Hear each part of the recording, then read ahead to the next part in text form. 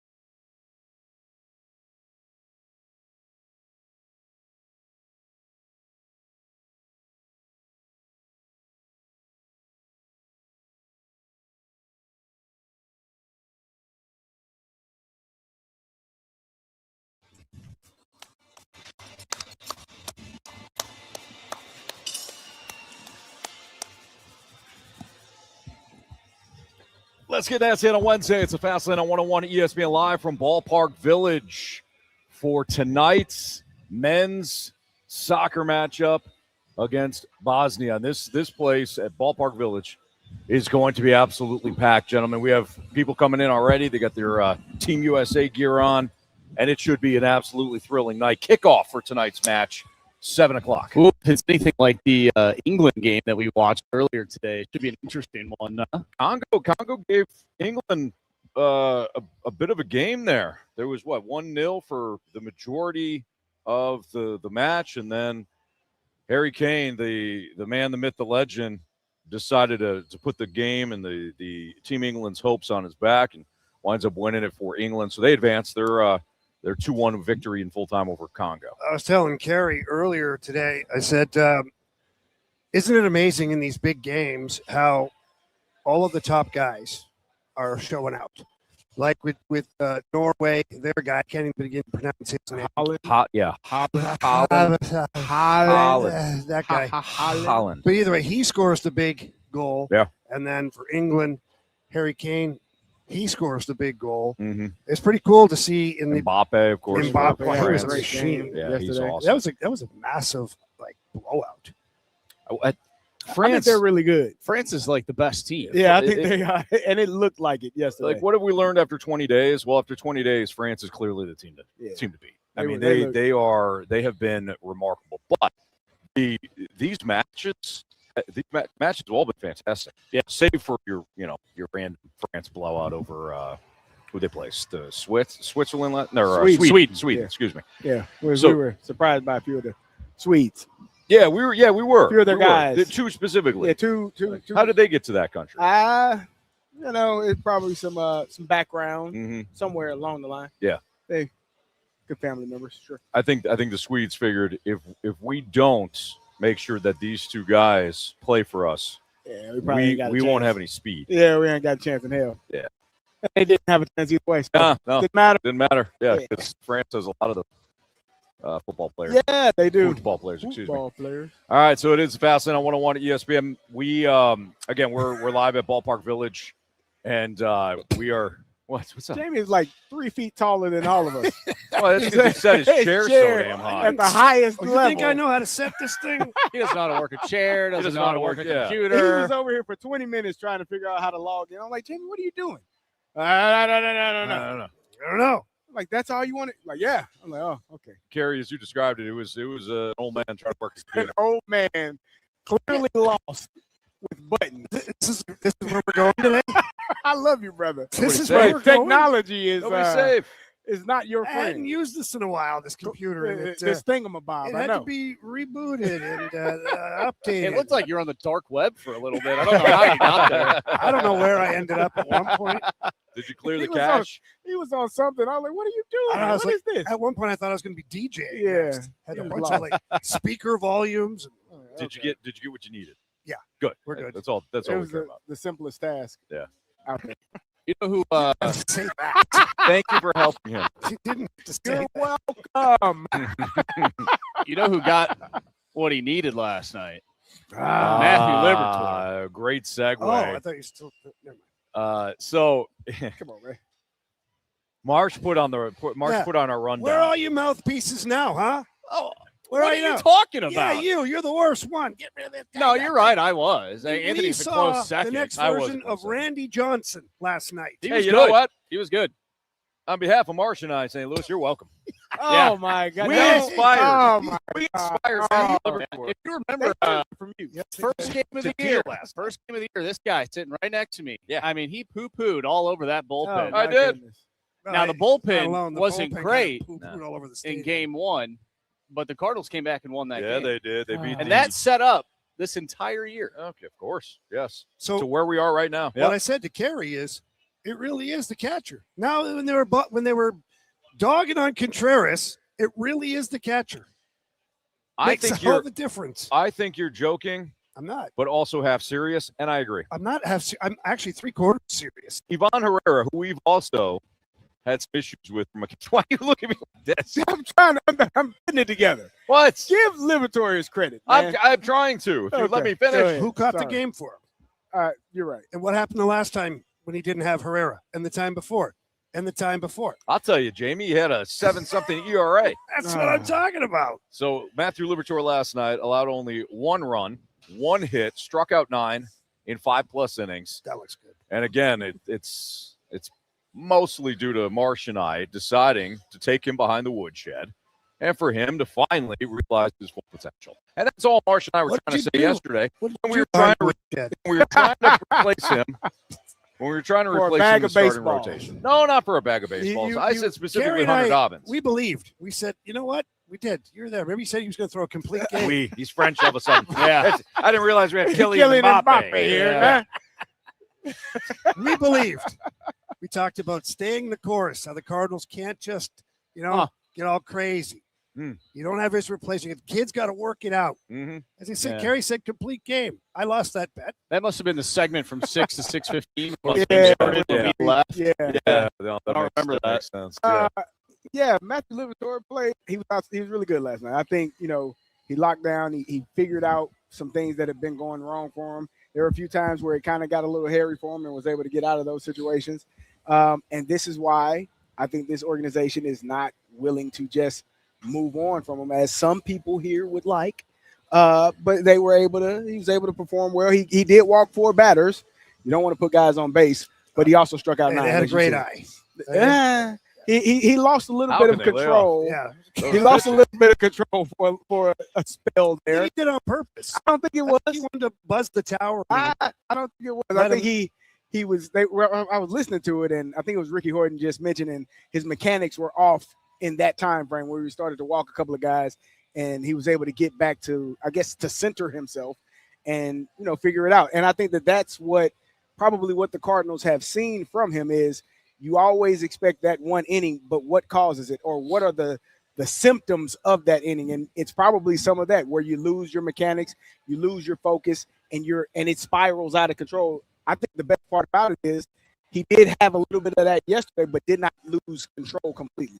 And that's what we've been talking about, for the last, 5, 6, 7 starts for him. Yeah, Carey, you're right. I mean, the difference last night compared to his previous 5 or 6 starts is he didn't allow the rough inning to explode. Yeah, that was the second inning last night. Yeah, he walked the first 2 batters and then struck out the next 3. Absolutely. Like that was it. That was the moment. In previous starts, Jamie, that's 3 or 4 runs. Do you guys think now that the Cardinals are right in their thought process? Hear me out. When you hear them talk about Ollie was on the Gas House Gang, we played that clip of there's going to be, this is part of the whole thing, and everybody's mad because Liberatore's having terrible starts, 4 or 5 in a row. They're 7+ ERA, not good. But then you see a game like last night, and you go, okay, maybe this is what the Cardinals are talking about right now, how they have to be maybe a little bit more tolerant of some of these things because the end game could be more of that, what we saw. Do you feel like they might be right in their thought process? I have 2 thoughts on that, and I don't know if I'm going to answer that question, Jay, because it is really interesting. 2 different thoughts on that. One, from a decision-making standpoint, does it almost take pressure off the front office to say we're just gonna see this thing through all the way? It does, just no matter what. But they did that before the season started. Exactly. Unless there's an injury, we're going to see this thing through. Mm-hmm. He could have a stretch where he's brilliant. He could have a stretch where the guys on the fast lane, at least half of them, want him replaced. But we're gonna see this through. So does it alleviate some of the pressure from a decision making standpoint? I think that does help, but I also think we were joking yesterday, and it's only 1 inning. It generally is only 1 inning, and if you're focusing solely on that 1 inning and not the other 4 or the other 5, then you can get maybe lost in the fact that this guy is struggling, but that somewhere in there, that guy can do it for 4 or 5 innings, but why is it 1 inning? And so that's why last night, in my opinion, was so important, because when he did get in that trouble, he was able to recollect himself, recenter himself, and get those guys out and get out of that inning. And more so than, no one there to replace him, or we're just going to ride it out, good, bad, or indifferent. I think that they see that part of it. They see the part of him that allows is able to get runners out, is able to get batters out, and do all of those things, and not so much worry about the really rough innings, because those are lesser than the innings where he's pitching well. I go back to this catcher thing as I keep thinking about it. 2 of your most consistent pitchers all year have been McGreevy and Palante. Mm-hmm. Herrera religiously catches for them. Mm-hmm. Yeah. And now Liberatore last night, his first game with him, he has a good outing. I don't know how it affects the pitcher. I don't know. Maybe, Anthony, you can shed some knowledge. I didn't play a high enough level of baseball to think in my lifetime that the catcher would impact the pitcher so much. But apparently, the world speaks so highly of Yachty, the way he did things. Yeah. Now that's next level, okay? Yeah, right. But apparently Yachty was like that with everything, baseball. Not just pitching, catching, but so I'm just wondering. I think when you have a strong battery mate, somebody that you trust, it's almost like anything in sports. It's almost like you with your defensive pairing. That you start to read him, knowing if he's going to pinch, you've got to back him up. If you're going to pinch, but it's knowing when you're going to do so, right? It's like when Al McInnes used to learn from me. 100%. Yeah, Al has talked about that. Yeah. So brought it up on numerous occasions. Right. Thanks to you. When John Lester always wanted to be caught by David Ross. There's this connection where he can see what stuff is working for you, what doesn't. He knows you. He knows when to push you, when to back off, when to support you, when not. So I do think I have no idea if Herrera's doing this for McGreevy, Palante, and now whatever he's doing seems to be okay. Is working. Yeah. And I give him a lot of credit because I've been the one that has been steadfast, and he's just a DH. I think his only limitation is his arm. Yeah. Like, he had a runner. He got close one time. He got close, but no cigar. Not close is not good enough. If his aim was a little better, he'd have had him. He got to be able to throw guys out because they will pick on him. But we talked about that with Yachty. I do think the catcher plays a major part in what the pitcher is able to do, the confidence that they have. The thing that I love about Ivan Herrera is when he challenges those pitches, I think he's got to be about 90% correct. He's been like fantastic. He is spot on. And there was a point last night that's why it makes where him he such challenged a good hitter too. Where he challenged it, it would have been a full count, and he challenged it, and it ended up being strike 3. So when you have that level of confidence as a catcher, your pitcher is going to have more confidence as well. I do think that those two things are equivalent to one another. I think that those things help each other out. So I think he's done a fantastic job. If he could throw runners out, he would probably be catching every day, but that's one of his limitations right now. And all 3 of their catchers have some type of limitation, in my opinion, behind the plate. Do you guys think that this is a turning point for Matthew Liberatore? Is it just one great start? Kerry, you always bring up, okay, you did it. Can you go out there and do it again? That's it. But I think he's known that he can do it. Like, he's done it in the past. It's just having those rough innings. The best part, again, that I think about last night for him and for the coaching staff is getting out of that inning without any real damage. Like, if you can get – because I would almost guarantee you every one of the innings that blew up started off similar to that, and it just spiraled out of control. But he was able to recollect it and put it back in the box and get the hell out of the inning and go sit his butt down, and that, I'm sure, took a level of pressure off of him. You're like, oh, okay, cool. I'm good. I made it out alive. I didn't die. Yeah. And I'm able to continue to do what I'm doing. So, we'll see. We'll see. One start does not erase the 6 poor ones before it. So yeah, we'll see. I hope so. And Jamie posed the question earlier about the front office and Liberatore. And my second thought on that kind of pairs up with Kerry what you were saying. They must see something that has allowed them to be steadfast in that if we can fix this one area, this dude is going to be a key piece of our rotation. You have to see something. We'll see. Yeah. They must see something very specific. Say it's going to be worth it if we get past this one. And he was your inning. opening day starter. So I think that adds more to what you're saying. They believe that there is something there for him. They believe that he has some level of ability, and it's one inning generally that just kicks him in the butt. Sure. And if you can figure out how to keep your mechanics together, maybe it's a mental thing more so than a physical thing, because he was able to get out of the inning, but sometimes he's not. So we'll see. Maybe that last night, to Marsh's point, could have been the one thing, could have been like catalyst to push him over the hill to kind of get him to have those better performances each night out. It's Fastlane on 101 ESPN. Our live broadcast today is brought to you by Michelob Ultra, Superior Light Beer, and the official beer sponsor of the FIFA World Cup 26. So be sure to enjoy an Ultra as you cheer on your favorite team throughout the World Cup. It's the Fastlane on 101 ESPN. The Blues making a move that's got Jamie Rivers super excited. Let's go, baby. We'll get into the Ross Johnston signing next on 101 ESPN.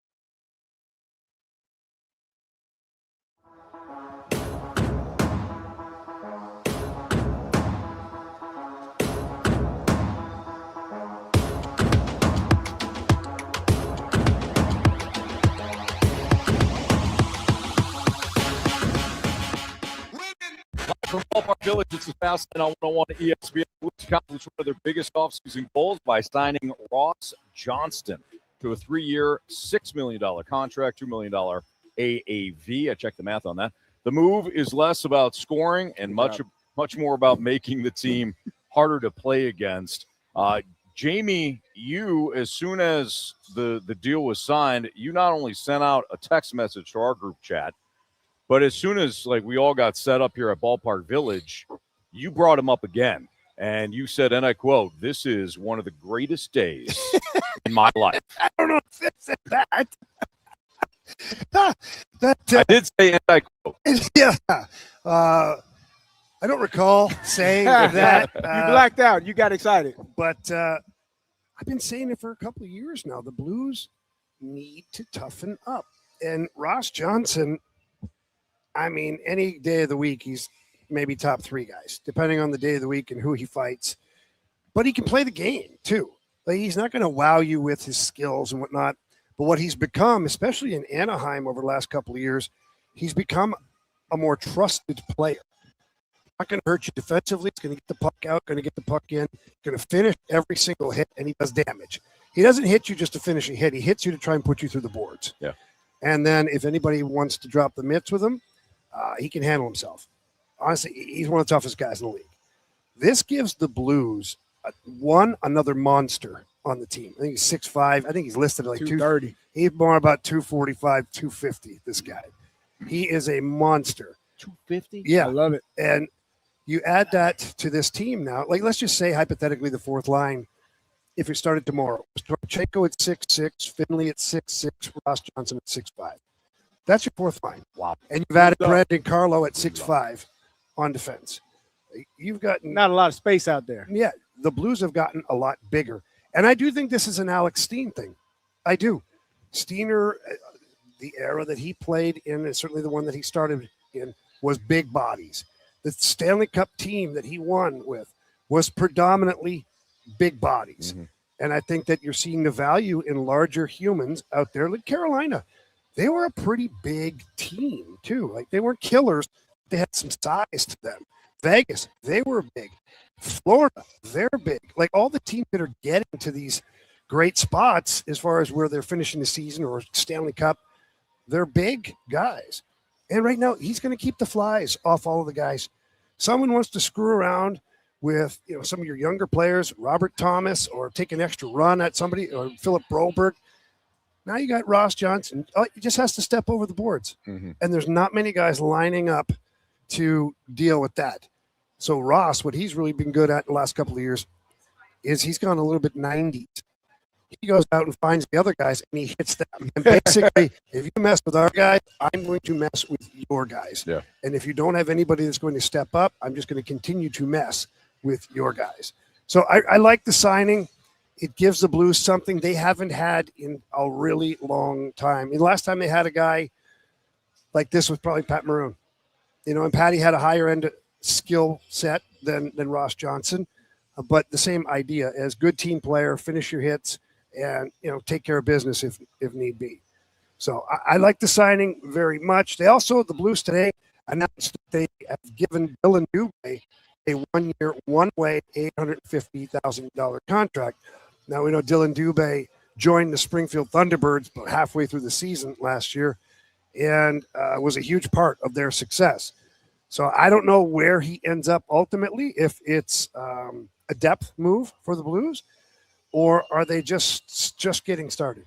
Because all of a sudden now you have a whole boatload of forwards, way more than you need, and maybe they're not done dealing at this point. Oh, that was my question because, I saw something earlier today. Maybe we can get into it later, but Darren Dreger mentioned that the Blues could be in on Alexander Nikishin, who was a defenseman on a cup-winning team in Carolina this past season. And another big body. Another big body. So I wonder if the Blues, with a surplus of forwards, decide to maybe package a deal and try and get him, maybe throw a young defenseman in there as well.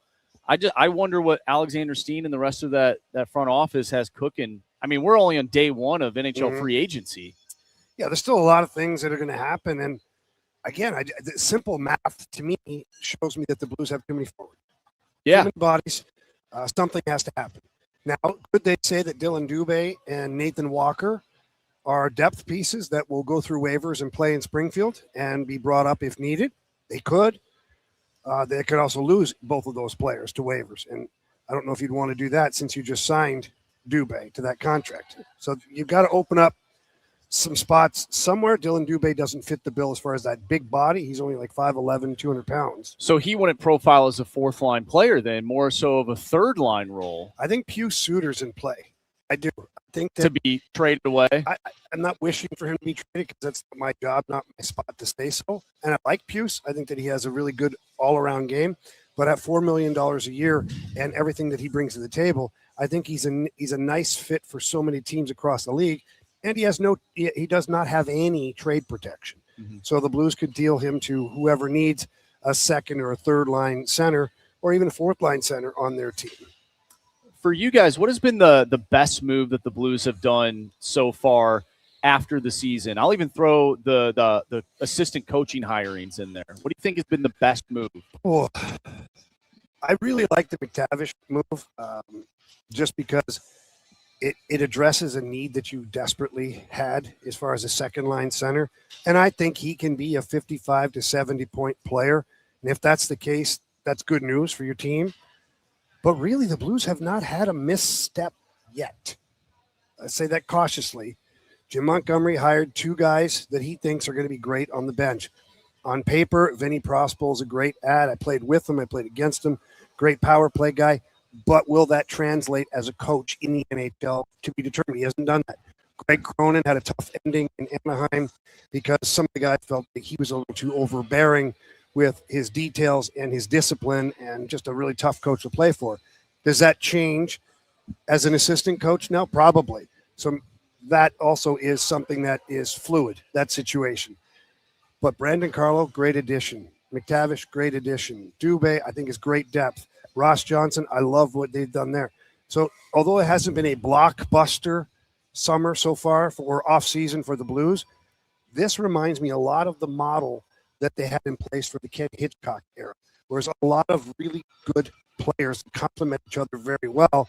Then when you get them all together, the unit of five plays very well. You just mentioned Greg Cronin. It is interesting. The Blues now have three former Anaheim Ducks on their team who have played under Greg Cronin. Might not have been that They bad. got Fowler, Johnson, And McTavish. McTavish, yeah. And McTavish had his best season in the NHL under Greg Cronin. So we'll see. Yeah, I wonder if this was a calculated move before. Well, and Greg Cronin's a big fan of physicality. Yep. Trust me, I know. I played for the guy, and Greg and I get along really well. So I know what he's going to try and do here. And what he did do with Ross Johnston is he basically told Ross, you're out of the league in less than a year unless you're in the video room, unless you're working on your edges, unless you're skating. Like, if you can't play at an NHL level, you can't play, period. And so Ross Johnston really worked on his game. And last year, a couple of times that I saw him play, I'm like, he's not a liability. He used to be kind of a liability. He was tough as hell, but he's kind of a liability. Yeah. He's not a liability right now. Get off. Get I mean, if you look at his time on ice, the last two seasons heading into the 2025-2026 season, he was logging under 9 minutes. And then last year, I mean, those numbers ticked up to just a hair under 10. Yep. So that's perfect. If you've got a guy playing 8 to 11 minutes on the fourth line, you're winning. You're winning. Here's what I love, and Jamie, you broke this down perfectly, but here's what I love when you take a step back and just view things from, the 200-foot view. Alexander Steen and Doug Armstrong are building a team. They're not collecting talents. No. They're building a team. And like you said, each move complements the move they just made. Yeah. They have a vision. The vision has really come together, and there's a clear identity. That's what good teams do. It's not just we have just got to get talent in the building. We'll coach them up. Well, and you're getting a surplus in all of those areas. So they needed to address the center ice position. They went and got Mason McTavish and McMichael from Washington to be determined if they both play center ice or if one plays the wing. But you already had Pius Suter as well. You had Finley, you had Thomas. You've got a number of centers, but then you went and drafted more centers, and then you just signed Dylan Dubé, another center. So they're building a team, but they're building a team that if there's injury or slumps or something that goes on, they have people to fill the void. Mhm. It's not like, oh, well, we lost the season because we got an injury. Yeah. Which some teams, that's the way it happens. They're so thin in all of their areas that if there's one thing that goes wrong via injury or a slump or players having a bad year, whatnot, then it all falls apart. That's Jamie Rivers. That's Carey Davis. That's Andrew Marsh. I'm Anthony Stalter. It's Fast Lane on 101 ESPN. Our live broadcast today from Ballpark Village is sponsored by Michelob Ultra. It's a superior light beer and the official sponsor of the FIFA World Cup 26.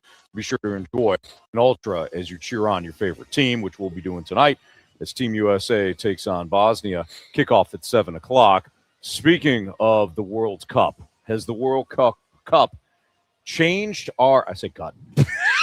I said cut. Meant cup, said cut. Has the World Cup changed our viewpoint on soccer? The answer to that This guy. I didn't say anything. might surprise you. Next on 101 ESPN.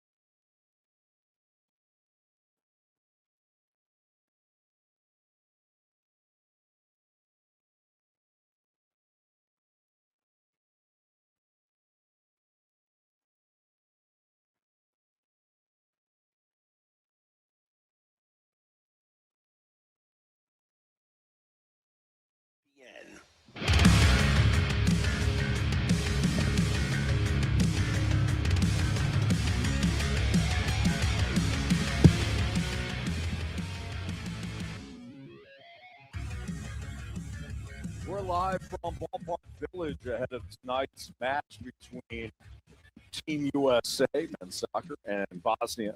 Kickoff at 7 o'clock. And gentlemen, has the World Cup changed your perception on soccer?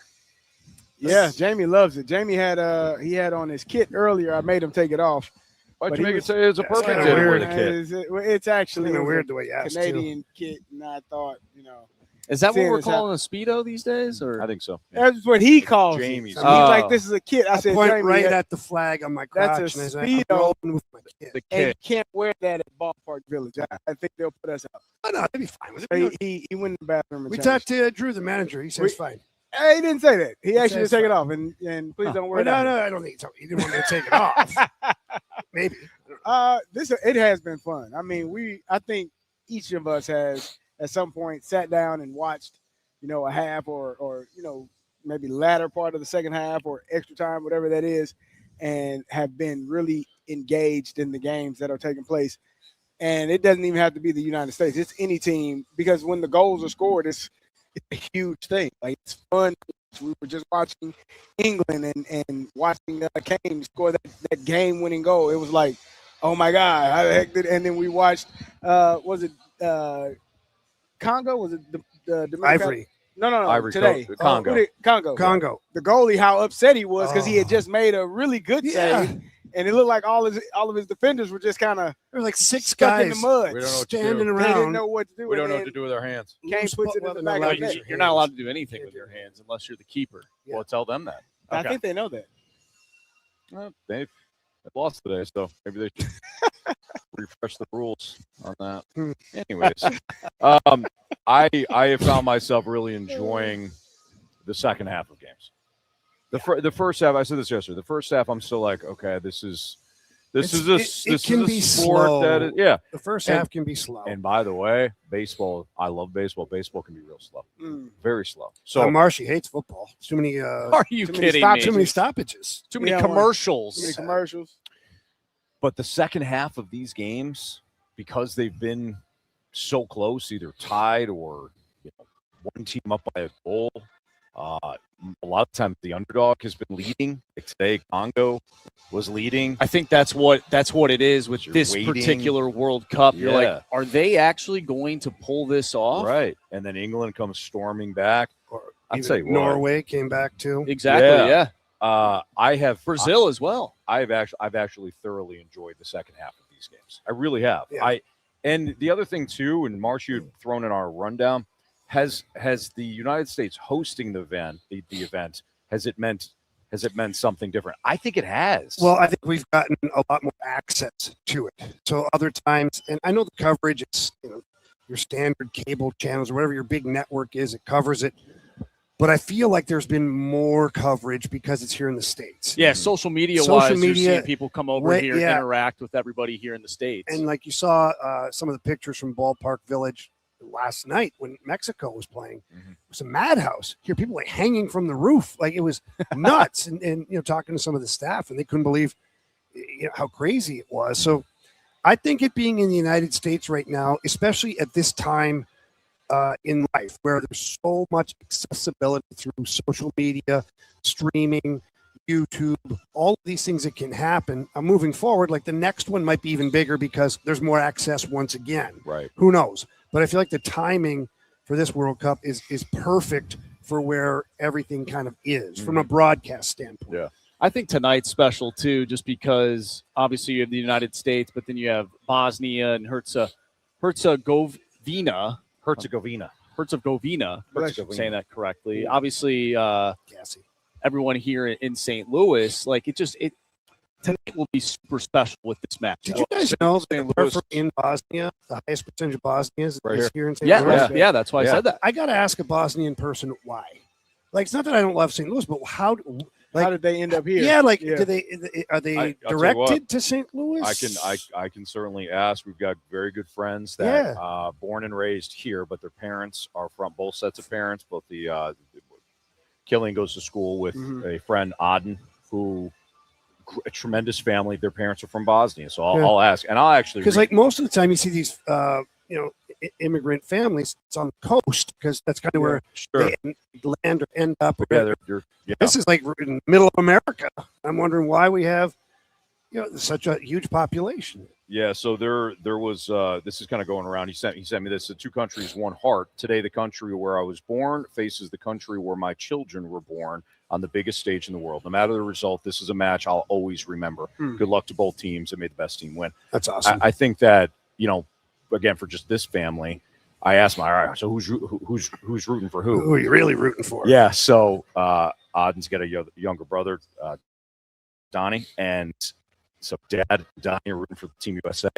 Mom and Aden rooting for Team Bosnia. And so their house divided, but the parents kind of did that, so it's that makes exciting. it fun. And I shot him a text. I said, we may never see this matchup again. Right. And you get to watch it with your family. Yeah. And It's I really think cool. That's awesome. So, I think tonight means a little bit more here in St. Louis. And if tonight's matchup is anything like any of the other matchups that we've seen, it could come down to the wire. Yeah. It really could. I mean, these The underdogs. U.S. is so heavily favored, Dawn. I don't know why. But you're looking at some of these other matchups thinking the same thing outside of that France match. yeah.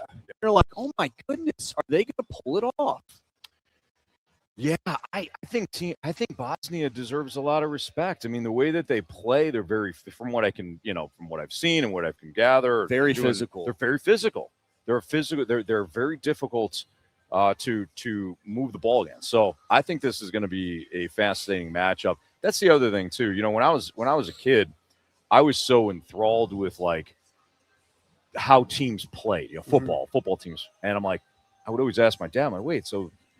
Like why isn't this team running more or whatever? Like, well, son, some teams run a lot, some teams throw a lot, some teams have bad offense, some teams have the same team have a great defense. And I was so enthralled and interested in how teams played so differently.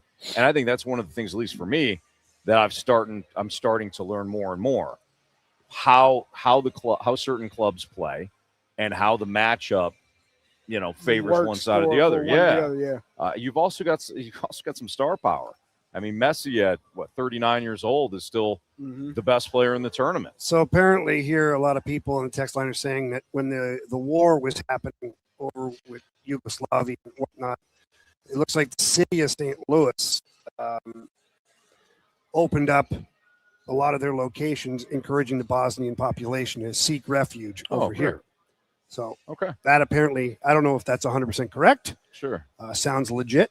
And that would explain a lot. Yeah, certainly. Yeah, back in the 90s. Yeah. We have a few people texting that in. So that's really cool. It is. Tonight's gonna be really cool for everyone here in the city. Yeah. 7 o'clock kickoff. Here's the other thing too, guys. We're talking about, has the World Cup drawn us in a lot more. Another thing for me, this Team USA is legit. Got a good program. I mean, they have been. Look, it has been very easy. While we always root for our home country, it has been very easy to go, all right, well, there you go. We got bounced early again. Cool. When does football start? It has been but this team, the way it plays, how aggressive it is, finally, I feel like kind of matches what we want as Americans. Yeah. The style finally matches. And the style is finding a way to win. Like at the end of the day, as long as you just do it, just do it, just win, baby, just win, baby. Any of those, if that's the style, then that is going to draw you more in. And I think USA has done a fantastic job so far. So I believe that we can just win, baby. Yeah, we combine those two together. Yes, that's a new one. Has somebody coined those? I don't think so. I don't know. So I think there are two different ones that I put together. But I don't know if anybody's put those two together like I just did. Okay. I don't know. First time. Somebody could have done that. There's a lot of people in this world, a lot of people in this country. Yeah, no, very true. That is the first time those you've two. Ever heard it. Yeah, no. Yeah. So I'll take credit for it for now. Until someone can prove me otherwise. Deal. Michelob Ultra is a superior light beer and the official beer sponsor of the FIFA World Cup 26. So be sure to enjoy an Ultra as you cheer on your favorite team. Is this the most player-driven era in sports? Dive into that next on 101 ESPN. Just win, baby.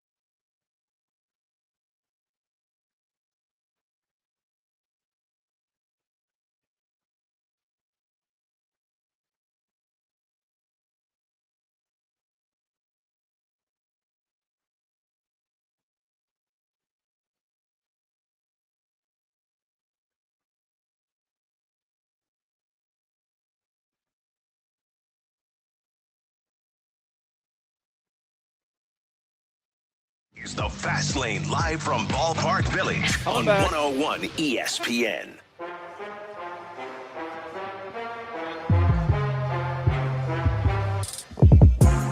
It's a Fast Lane live from Ballpark Village with Jamie Rivers, Carey Davis, and Andrew Marsh. I'm Anthony Stalter.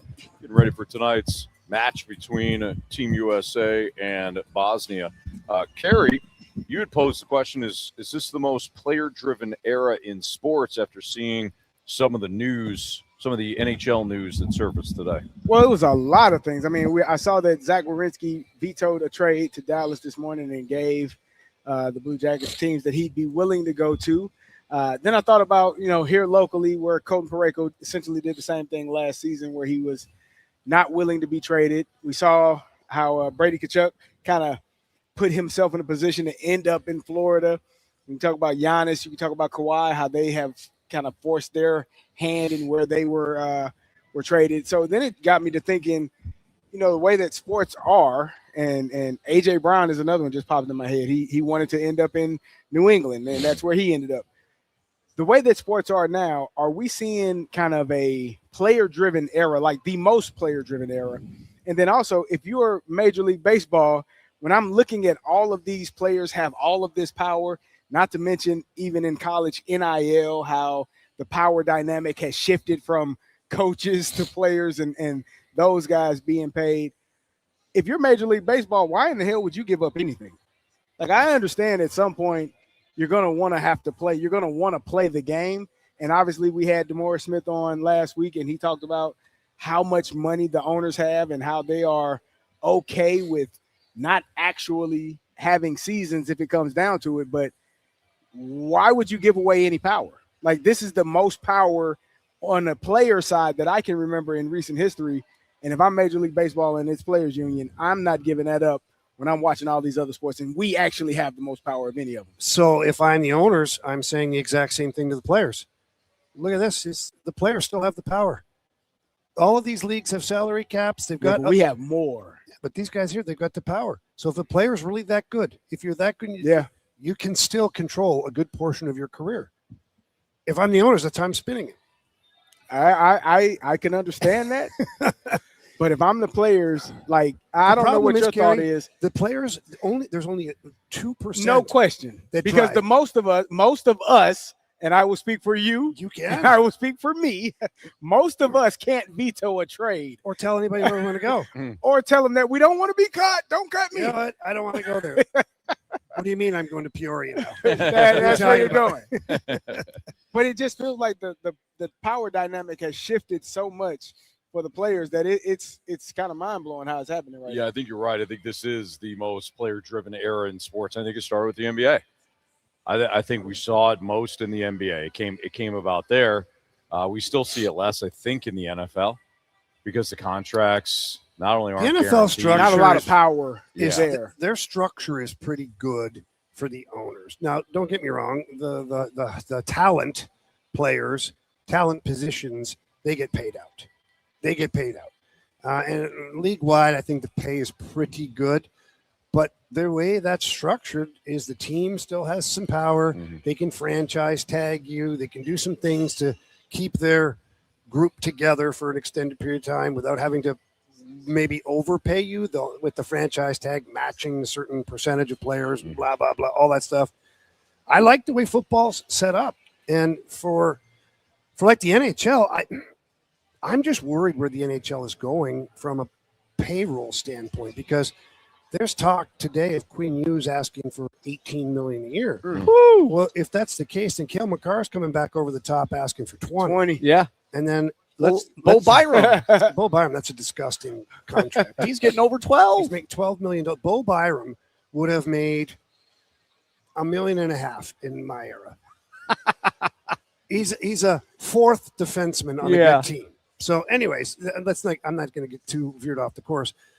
But what I'm saying is that look at the Edmonton Oilers. If Connor McDavid truly took what he deserved for a paycheck, between him and Leon Draisaitl, that's it. That's your team. Yeah. So when I think about the Blues, if we circle it back to just locally here, maybe that's why Steiner and Army are building a team, because they know that if they try to go and smash it over the top with a superstar site, there goes a massive, maybe Jump. 15 to 20% of their salary cap. Mm-hmm. And then what? Like, what are the Colorado Avalanche going to be if Cale Makar wants $20+ million a year? Yeah, it'd be good for the Blues. But then how many? Then they don't have quality guys behind that. You Yeah. can only afford so many guys on your roster Right. before you get to the bargain bin. Yeah. Well, that's why you hope that you have guys in your team that are willing to take less in order to win. I mean, look at Tom Brady. He won so many Super Bowls. That guy did not make the amount of money that he probably should have in his career. He got the big picture though. Exactly. Yeah. And I don't know. Well, and I'm now- not but it blaming doesn't players. always- Tom though. Brady also made millions and For millions sure. away from the field. There was And a I hand, think I also his- think there's a handshake think his- deal. I think his wife had a pretty Would- decent job too. She made good money. Hey, you know what? She might have made more than She him. might be more Might popular, have. at least Yeah, she made- in Oh, she was around making the world at like, the she was time. making like $200 million a year at one Yeah, point. he was And he was making $20 million. So household was good. yeah, they're doing good. Well, apparently not that great. Wow. I mean, money wise, it was good, but maybe other things weren't. I don't know. What do you guys think about this? Because I think this sort of falls in line with this particular topic. Obviously, Dylan Larkin has wanted out of Detroit, and the Wild have been a team that everybody's been talking about Dylan Larkin going to the Wild. Well, Nick Kiprio said today on Sportsnet the Red Wings are demanding that Matt Boldy come back in a trade for Dylan Did you Larkin. see the little press conference Steve Eisman had? Him and Chris Draper. It looked like they had somebody's cell phone doing it. I'm not sure. It was very like informal, whatever. But Steve Eisman basically said, yeah, he may have requested a trade, but he signed a contract here, and he asked for a no movement clause. Now he wants to move. Steve said, quite honestly, my only responsibility is to make the Detroit Red Wings the best team. Good I for don't him. care about Dylan Larkin or what he wants. So, with that being said, do the players actually have a lot of power? Because it sounds like Stevie Y has a ton of power there. Yeah. If you're willing to just say screw it, like if Stevie Y wants to be like a jerk or actually, I don't know, just adhere to the contract, he can say, Dylan, that's fine. We're going to just, you're a healthy scratch. I got to pay you anyways. Mm-hmm. We're going to healthy scratch you for the first half of the season. Yeah. But I think that's why I think that the power is on the player side, because I think that could potentially do damage to the entire locker room. Not in a way that, he's a cancer in the locker room, but why is he here? Let's send him move on home. from him. Send him home. I'll pay you anyways. You're on the I roster. think the Bucks did that some years ago. Was it Keyshawn Johnson or Warren Sapp? Many, many years ago. When they just paid him to leave. Oh, geez. I can't remember. There's a who few it was, teams that but have I paid think it guys was- to leave. I believe it was the Buccaneers. And I think it might have been Keyshawn, but I can't remember. I don't remember that. I mean, yeah, you might be right. It was a long time. It was like I don't 20 think it'd years be ago. Warren Sapp. I think it'd probably be more Keyshawn Johnson. I think from a fan perspective, it is annoying to kind of see both of these, both parties fighting over who has the most control. Like from a player's perspective, it's like, all right, dude, like you signed a contract, man. Like try and adhere to I don't agree with that. contract. Though. I don't agree with that because I played football and contracts are null and void anytime the ownership groups feels like they don't have to honor it. But listen, you're right. I don't like that part of football, but ordinarily, in most circumstances, a contract's a contract. agree. So But both of you just shut in up and do my your job. sport and in my And I experience, totally get that. if they say the hell with you tomorrow and you just signed 2 days ago, So why aren't the players fighting for that? Because realistically, it makes no sense when you hear a guy sign for $150 million, $37 million guaranteed. That's it. what he's going to make. that's it. Right. So then why the big theatrical? Because No, if all things go right, you can get to I that know, but big number. if I was the NFLPA, I'd be like, every other league has guaranteed contracts. Why? You can't say it's because we're a physical sport. Because I think that's why they do. but hockey's a physical sport. because at any And hockey point, plays 84 games a year. Well, I'm talking about more I'm so sticking up for the your guys. I appreciate it. like the superstar players that they're making a boatload of money, but also the owners are making a boatload of money too. I think as fans, it's kind of stupid to hear these two parties arguing with each other. Yeah, and but that'll never end. It doesn't For sure. matter. It doesn't matter what walk of life you're in. You know, somebody here, let's say working at, Ballpark Village, they still have a boss, and the boss wants to make money. The ownership here wants to make money. Yeah. People are always going to want to make the most money possible. Absolutely. Michelob Ultra is a superior light beer and the official beer sponsor of the FIFA World Cup 26. So be sure to enjoy an Ultra as you cheer on your favorite team. We're live at Ballpark Village, and we'll be joined next by Brad Thompson of the Cardinals TV network, and we'll talk to him about Matthew Liberatore's performance last night. That's next on 101 ESPN.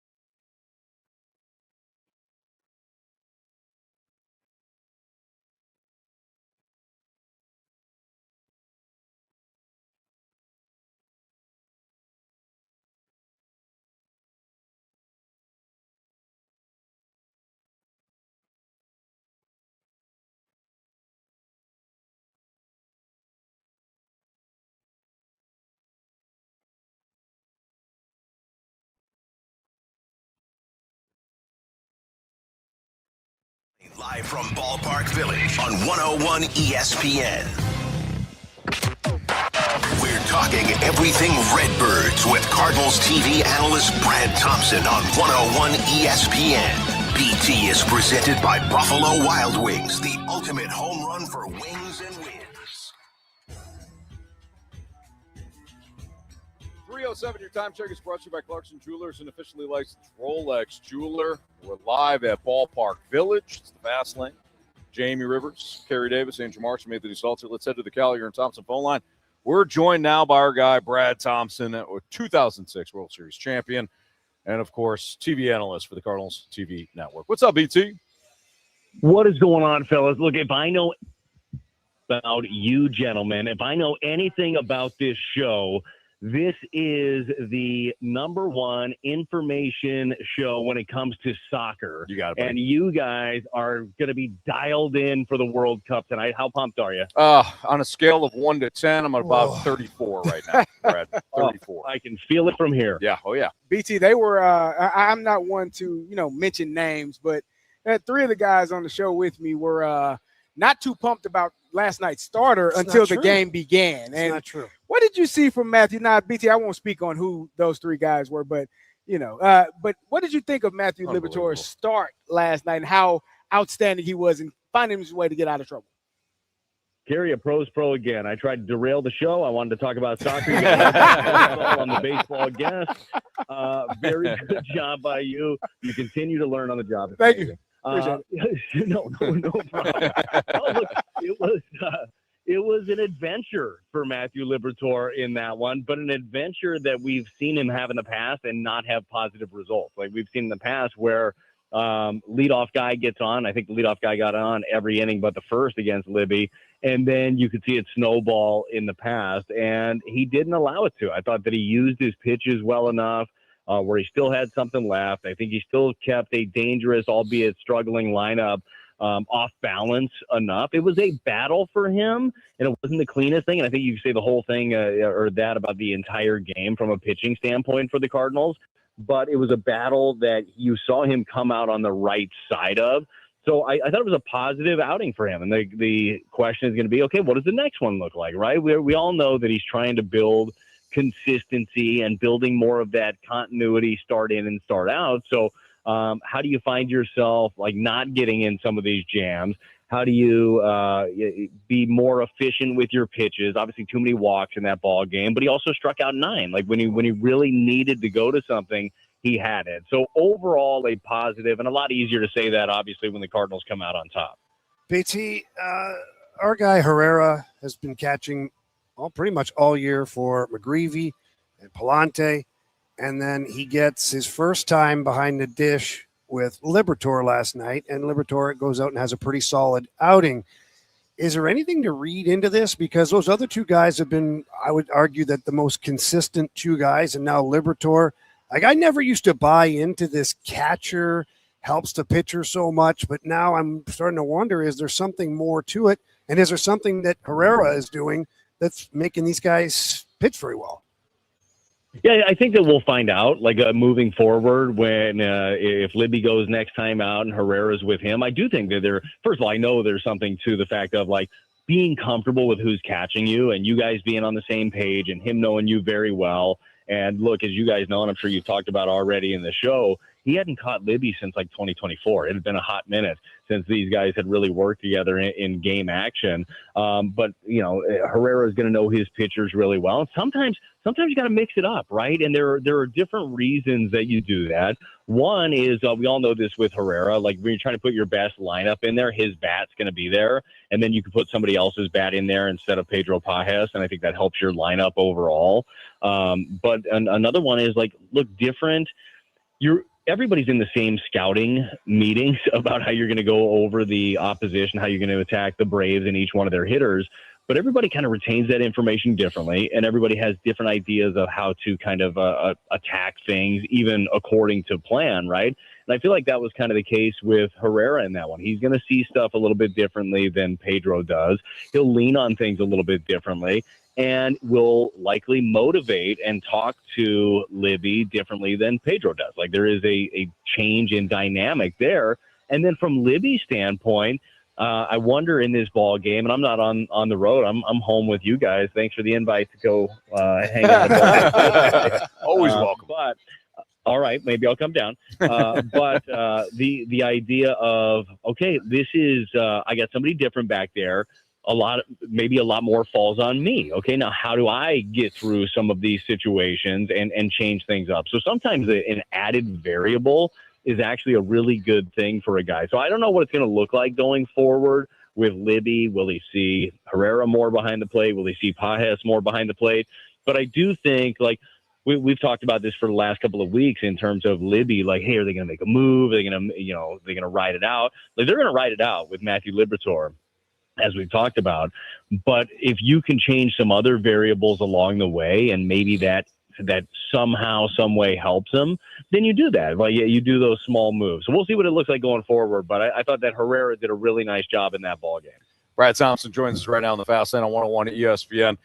BT, we're now officially in July, and of course the trade deadline talk will start to ramp up.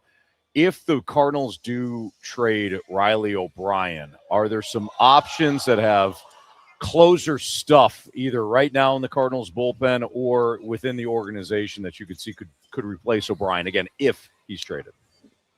Yeah, there are a couple different questions, right? Like closer stuff, yes. Closer ready in the organization, I would say no. Not sure. That's not here right now.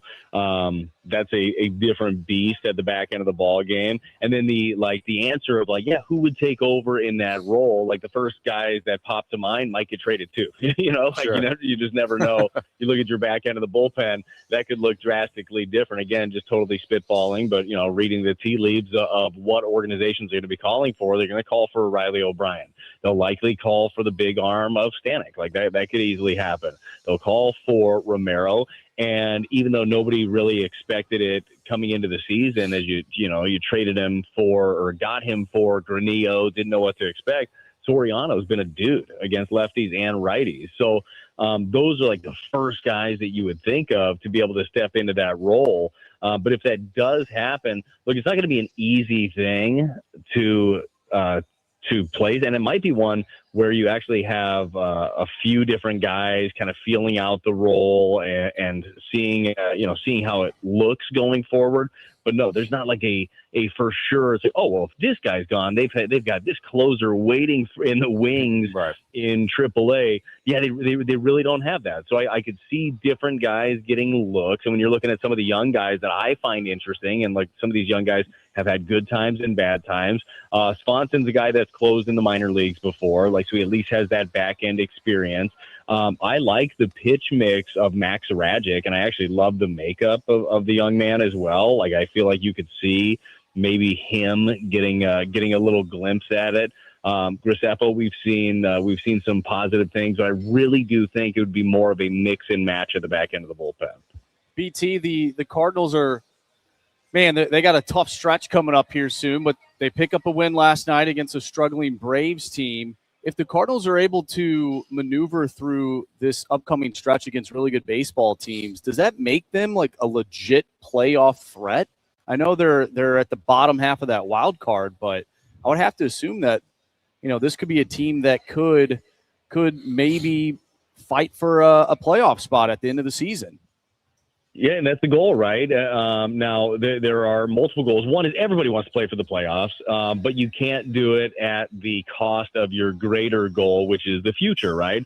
So this is where things get, and hopefully they get super interesting and difficult for Chaim Bloom and his staff, because that's what you want. You want to make it as hard of a decision as you can on a president of baseball operations and all the GMs and assistant GMs of what to do. Like, how do you still have the future in mind while adding little pieces to this club to help them out? Because right now, I don't think that many, if we had polled the audience before the season and said, hey, right now, midway point, a week before the All-Star break, if we said the Cardinals would be a wild card team, would you believe that? I think many people would be like, no, they're not going to be a wild card team. This team is totally rebuilding. It's not going to look good. I feel like that is the vibe, was the vibe around the fan base. And these guys have proven everybody wrong. So, yeah, Marshy, it's going to be another one of those things where I do not envision, and this is with no prior knowledge, just reading all the tea leaves and the actual quotes that have come out of Chaim Bloom's mouth. I don't envision this being a buying team at the deadline where they're just adding pieces, say, hey, we can make it to the playoffs. That's great. Like, they're trying to build something that's sustainable for years and years on end. And simply just buying for the future at the deadline is not the way to do that, because you're subtracting when you do that in terms of prospect capital that they're going to need in the future. But that doesn't mean you can't do a little bit of both. And that's where the creativity of this new front office really comes in. We'll find out how well that they have been scouting everybody else's players along the way too, and that's a big part of the deal of not only knowing what you have in-house, but knowing what you have outside and then what you can do with it. That's one of the bigger things that I know that they've really dug into in the last year plus is finding those. And this is a term that Rob Cerfolio, assistant GM of player development, he talked about a lot, is finding that player's superpower and figuring out how to get them to use it a little bit more. So I think that's something that they've really dug in on and worked harder on. So we're going to see at the deadline what that looks like. But yeah, dude, they put themselves in the thick of it. And just like they had to battle to get to this point, Marshy, they're going to have to battle to get over the hump down the line. BT, we'll let you go so that you can get down to Ballpark Village and join us to watch this Belgium and Senegal match. Is it still 0-0? It's still 0-0. It's early, though, Brad. But it's still 0-0. Can I tell you something? Sure. Can I tell you something Sure. real quick? Did not know that it was 0-0, but the odds were in my favor. 100%. They're still feeling each other out a little bit, Brad. Yeah. It's early. I bet they are. Well, tonight it is on, all right? USA is going to take down Bosnia. I know also huge Bosnian soccer community in St. Louis. Yes. Like, there's going to be some friendly rivalry that is going on, but it should be a very fun evening. We joke all the time. You guys know I'm not the biggest soccer fan in the world like you guys. Sure. Like you guys are. Yeah. But if you can't get behind your country in an event like this, shame on you. So I'm all in for USA tonight. Let's go. Well said, BT. Well said. We'll talk to you again next week, brother. All No, right, let's boys. talk Still to them 0-0? later today, Anthony. Yeah. Oh, yeah. No, we're going to What's see you wrong down with here. you? That's right. Yeah. No, we'll see you down here in your kit, BT. All right, sounds good, boys. Yeah. All right. See ya. All right. That's Brad Thompson, our good pal, 2006 World Series champion, now color analyst for the Cardinals TV network.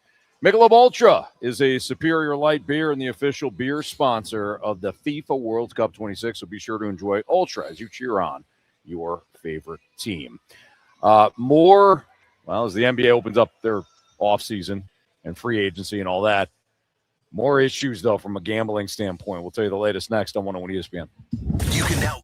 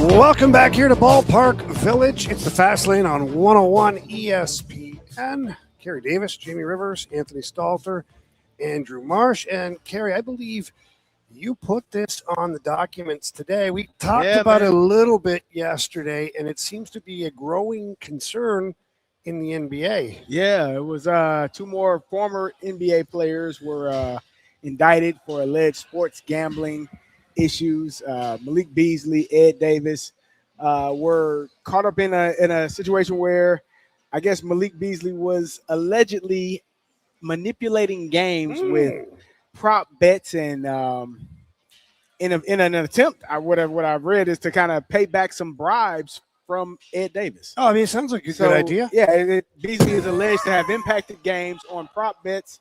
In return for fixing multiple games, Beasley accepted bribes, which were typically used to reduce or pay off debts that he owed to Davis, the indictment alleges. And then, 2 years ago, we had the issue of, last year, we had the issue of Damon Jones and Terry Rozier also getting indicted for alleged gambling issues as well. And so for me, thank you, I was just wondering, what does It's okay. they can see what we're doing here?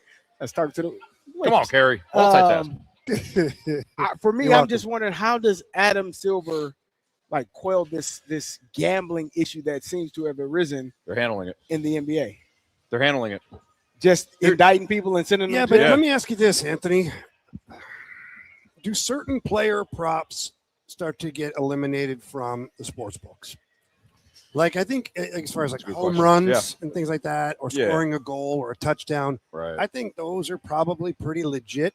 But some of the other ones, like shots on goal or first batter of the inning, we've seen that now. We saw that First in strike, baseball. first Right. strike, Ball. ball. We're seeing some of those things being manipulated. Yeah. I'm wondering if props get eliminated totally, Mhm. or if they just have obvious props that stay, and all of the little extra ones, they're just forget it. Here's the thing, guys. I think I'm going to have an unpopular opinion on this, but hear me out. One, they're handling it.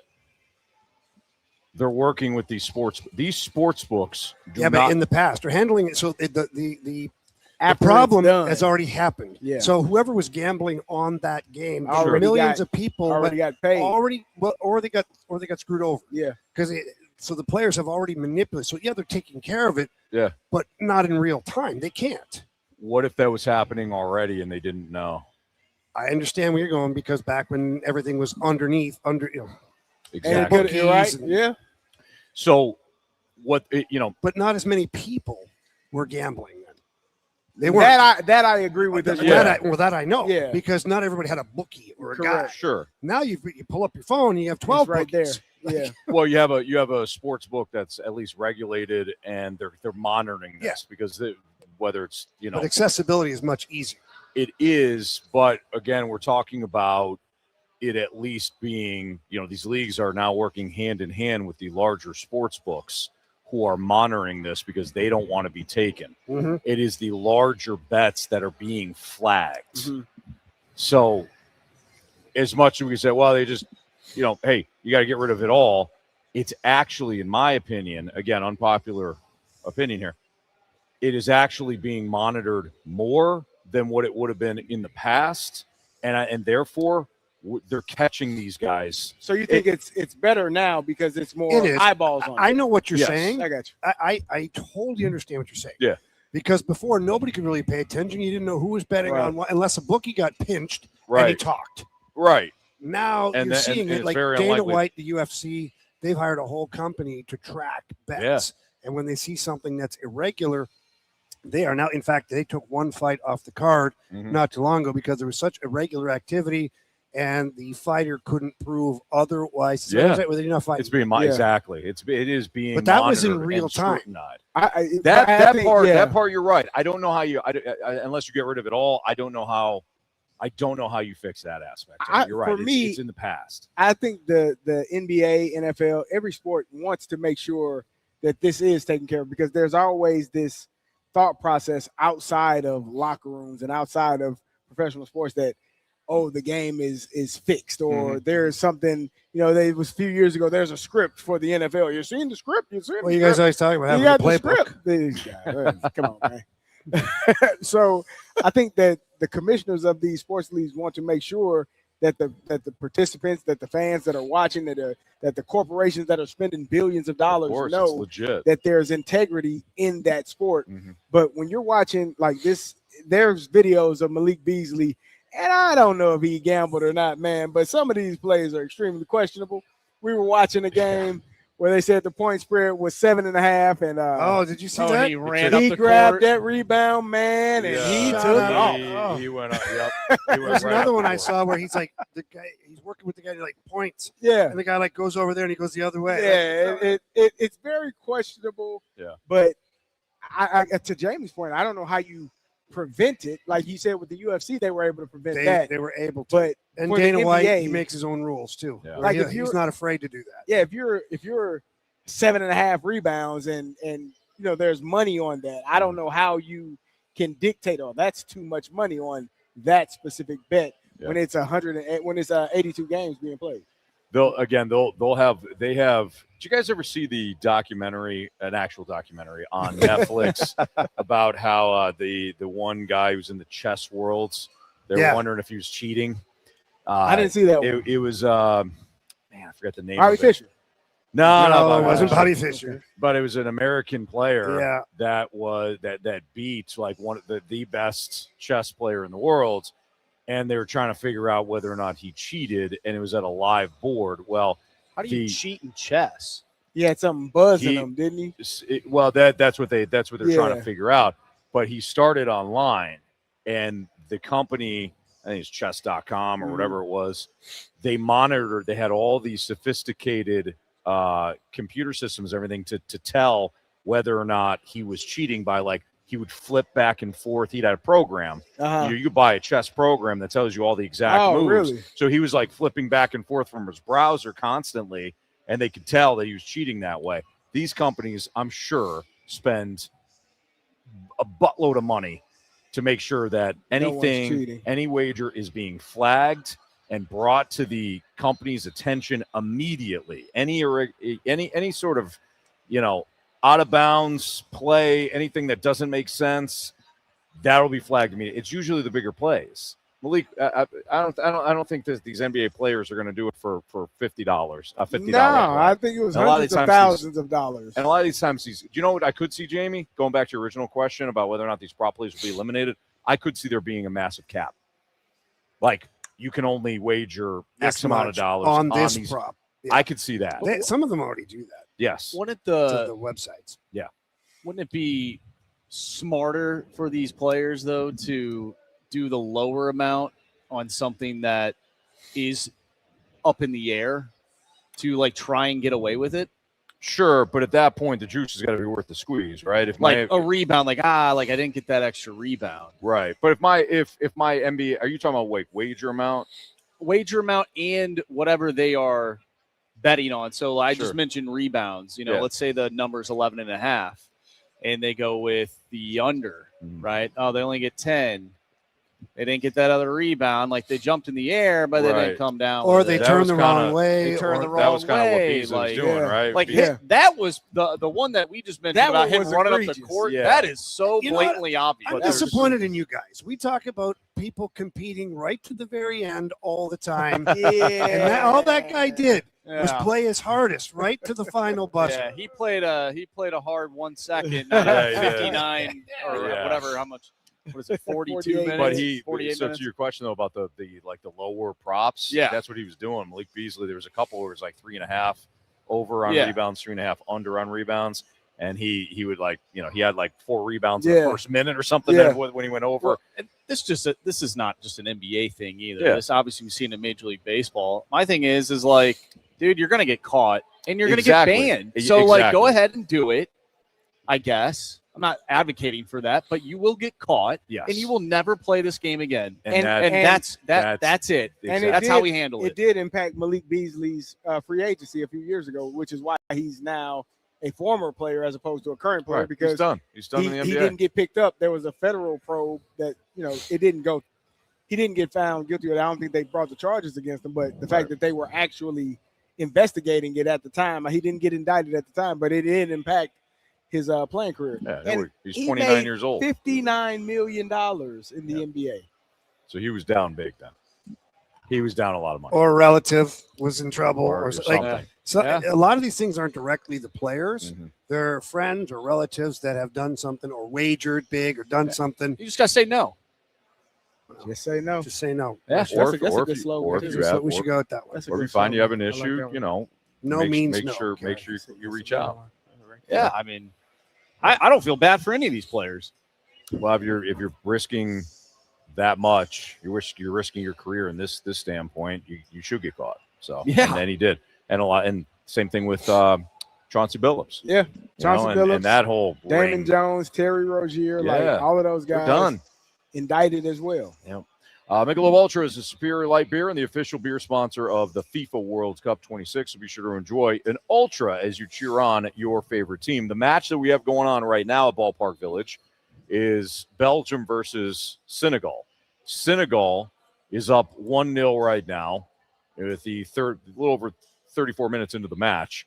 This matchup will determine who either Team USA or Bosnia plays in the next round. So we got our eyes on this one. Again, Senegal is up 1-0, and they have looked like the vastly better team. Yeah, who do you want to win this game? Because in Belgium, because they don't look good. 2014, Belgium took down the United States in the round of 16 in extra time. Revenge spot. Could be a revenge spot for Let's the United go. States. I think Is that who United States plays today? no. No. not Oh, Bosnia. okay, well, what are we talking about? Carrie's Oh, right. Yeah, what are we you're right, doing? you're What are we You doing? guys start looking What are you past guys Bosnia, doing? I answered his question. That's That- your that- fault. We got I'm a not game looking tonight. back. You Past did. You already Bosnia. talked about You're it. talking about we are play Belgium. He It's threw a out repeat. Marsh. Rematch. Anthony, dial it in. Come on, lock in, man. Come on, man. It Bosnia starts. It tonight. starts with us. He just threw you under the bus. Flip. Do you see that? You He got did. tire I'm marks all sorry. over me. Thank you. Yeah, take it off. What the hell, Marsh? Oh, my bad. There's a hole in your shirt. Yeah, now there is. A knife that just Yeah. got stabbed in the back. Thank you. Holy smokes. Anyways, I'll sew it Jamie up for Carey, you. you're right. You're right. We got to get past Bosnia. You're absolutely right. All right, it's Fastlane on 101 ESPN. Speaking of Marshy, he's got what's trending next. 101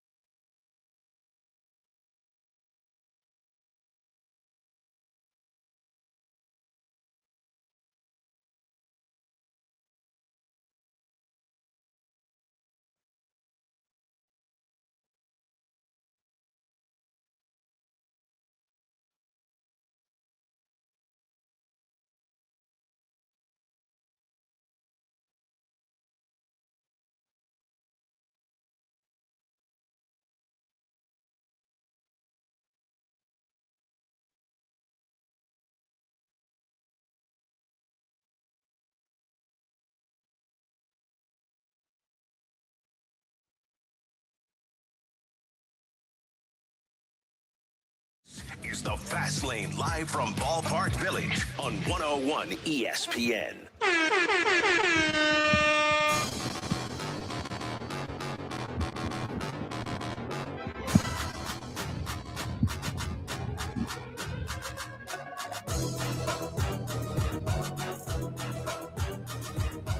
All right, that sounder means it's on play lineup game here in the Fast Lane on 101 ESPN. The Cardinals will take on the Braves after beating them last night. It'll be Michael McGreevy versus Ronaldo Lopez of the Atlanta Braves.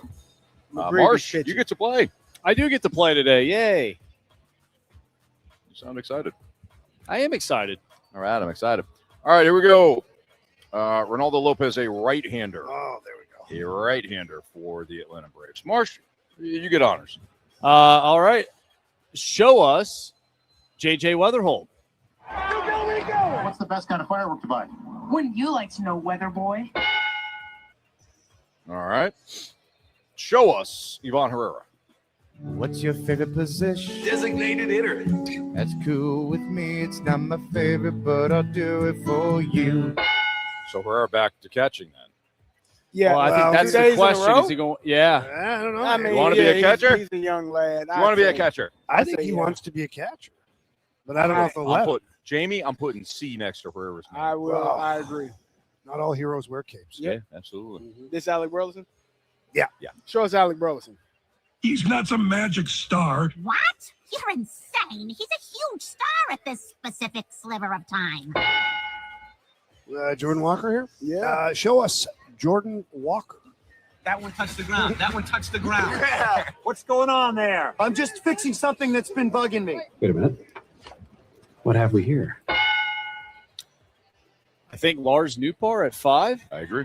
All right. Show us Lars Nootbaar. Captain, you hear me? On your left.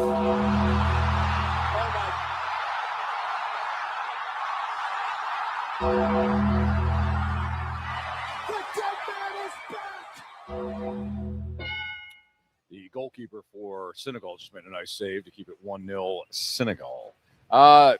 Show us Mason Wynn. Shortstop. That's right. No, forever. Shortstop. We aren't in the top 10. Wait. This is bull. He's the best in the business. Best arm in baseball. All right. Now it gets a little difficult, right? You need a Yeah. third baseman. Oh, You need a DH. Well, Nathan Church probably your center fielder. So Mhm. he's batting 9th. So if Herrera was not DHing, wouldn't Velasquez already be in the lineup? I would think so. not against a righty.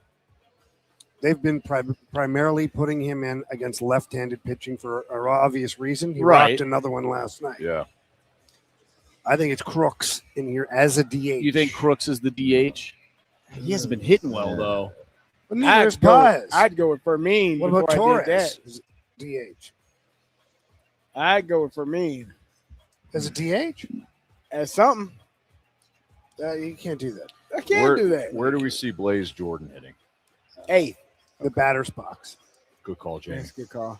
That's a good call. So this is the DH then, if we assume Church is 9th, or is Church here? Well, Blaze Jordan could be the DH and Fermin's playing third. True, too. Yeah, but then you have 2 righties. I think despite what Crooks is doing at the plate, he's You think- probably going to DH I ain't saying or Crooks. catch. You So refuse? No? I ain't saying You Crooks. refuse. Yeah, I Is that what refuse. you're saying? Yeah. could be I refuse. Jordan, Crooks, Church. Who's that guy? Jordan Crooks. It's a new guy on the team. They just He's got 3 names? But you probably want to have 2 righties Hyphenated. against a righty. Crooks, Church. Guys, It's his wife's what are name. we? I'm not going Jimmy Crooks. I'll fall on the sword. I refuse. What do you think, Anthony? That was well played. Go ahead, Marshall. Go ahead, Marsh. Come on, Marsh.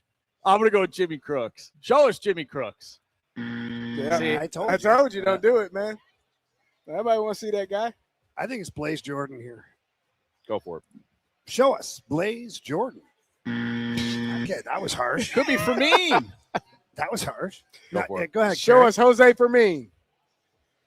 You're wrong. Well, Wow. Nathan Church. sure. Move him up. Sure. Yeah, why not at this point? Show us Nathan Church. I believe in the Church of Baseball. Wow. I've tried all the major religions and most of the minor ones. So this is Blaze. So that's a lefty Yeah. Blaze. Yeah. Show us Blaze Jordan. It was Johnny Hopkins and Sloan Kettering, and they were blazing that up every day. I bet you this is for probably me. I think this is Pages. I think it's Pages I think it's too. for me. I think No. it's Crooks. Wow. Okay, well, majority wins. Go for it, guys. Go ahead. Who's the majority? You two. We said Pages. Pages? Yeah. You want to say it? No, you got it. No, I already said one that was wrong. One is wrong. That was Why don't we wrong. say it at the same time? Ready? 3, 2, 1. Show us Come on, Pedro guys. Pages. You are so Oh. wrong. Actually, I'm not mad about it. Want me to go? Yeah, it's your guy. Show us the Ferminator. Show us. You took way too much joy out of that. Listen, He took way too much joy the out of that. delayed buzzer is made me laugh. I started You're writing sick, it. dude. I started writing it, and then he buzzed it. That's why I laughed. That's a backwards 7. It's a F. Show us Jimmy Crooks. Who are you? Oh, wow. No. I know you. He was at that party with me, the one I was telling you about. Remember? He's Jimmy's brother, the guy, the singer. All right, Bradford, run it. Let's find out where All right, guys, here we go. Leading off and playing second base, it is J.J. Weatherholt. In the 2-hole, your D.H. Ivan Herrera, followed by the first baseman, Alec Burleson, right fielder, and cleanup man, Jordan Walker. Left fielder batting fifth, that would be Lars Nootbaar. The shortstop, Mason Wynn, followed by Nathan Church, batting seventh in center field. The third baseman is Blaze Jordan. Behind the dish and hitting ninth, that is Jimmy Crooks. What's Ollie doing? They don't want to win. I don't believe what I No, just Anthony. saw. They put Matthew Liberatore out last night, and he did well. I'm just angry. They don't want to win that one CD. either. Laughing You his, got mad. I laughing his laughed. rear end off. I started writing for me. That's a backwards 7. Bradford took so long to hit that damn buzzer. It made me laugh. It made me laugh. I'm Whatever. sorry. That's horrible. Whatever, dude. The Cubs have 23 runs. Ah, Are you Padres have him right serious? where you want him. Where is that? Get Oh, I go missed, home. I missed what happened. Well, Jamie, the Cubs were winning 23-3. The Padres made a decent comeback, but fell short Fell a by little 20 bit runs. short. He came roaring Are they back. even Yeah. trying? They got a position two guy on the touchdowns, bump 3 now. field goals. No, he jammed They him. should. All right, Marsh with 13 points. He's got the first selection for our home run derby. All right, Anthony, I think I'm going to go with Jose. Oh, wait, he's not playing. They can still take him. Nah. Why don't we go with let's go with J.J. Weatherholt tonight. Wow. Weatherholt. I'll go with Herrera. Give me Jordan Walker. Okay. Whatever, dude. Carey. Alec Burleson. All right, Bradford. Love what this man has done lately at the dish. Time to power up with Lars Nootbaar. Ooh. All right, there's your lineup game and your home run derby here on 101 ESPN. Now Marsh has got what's trending. Next. Start your day with the morning after on 101.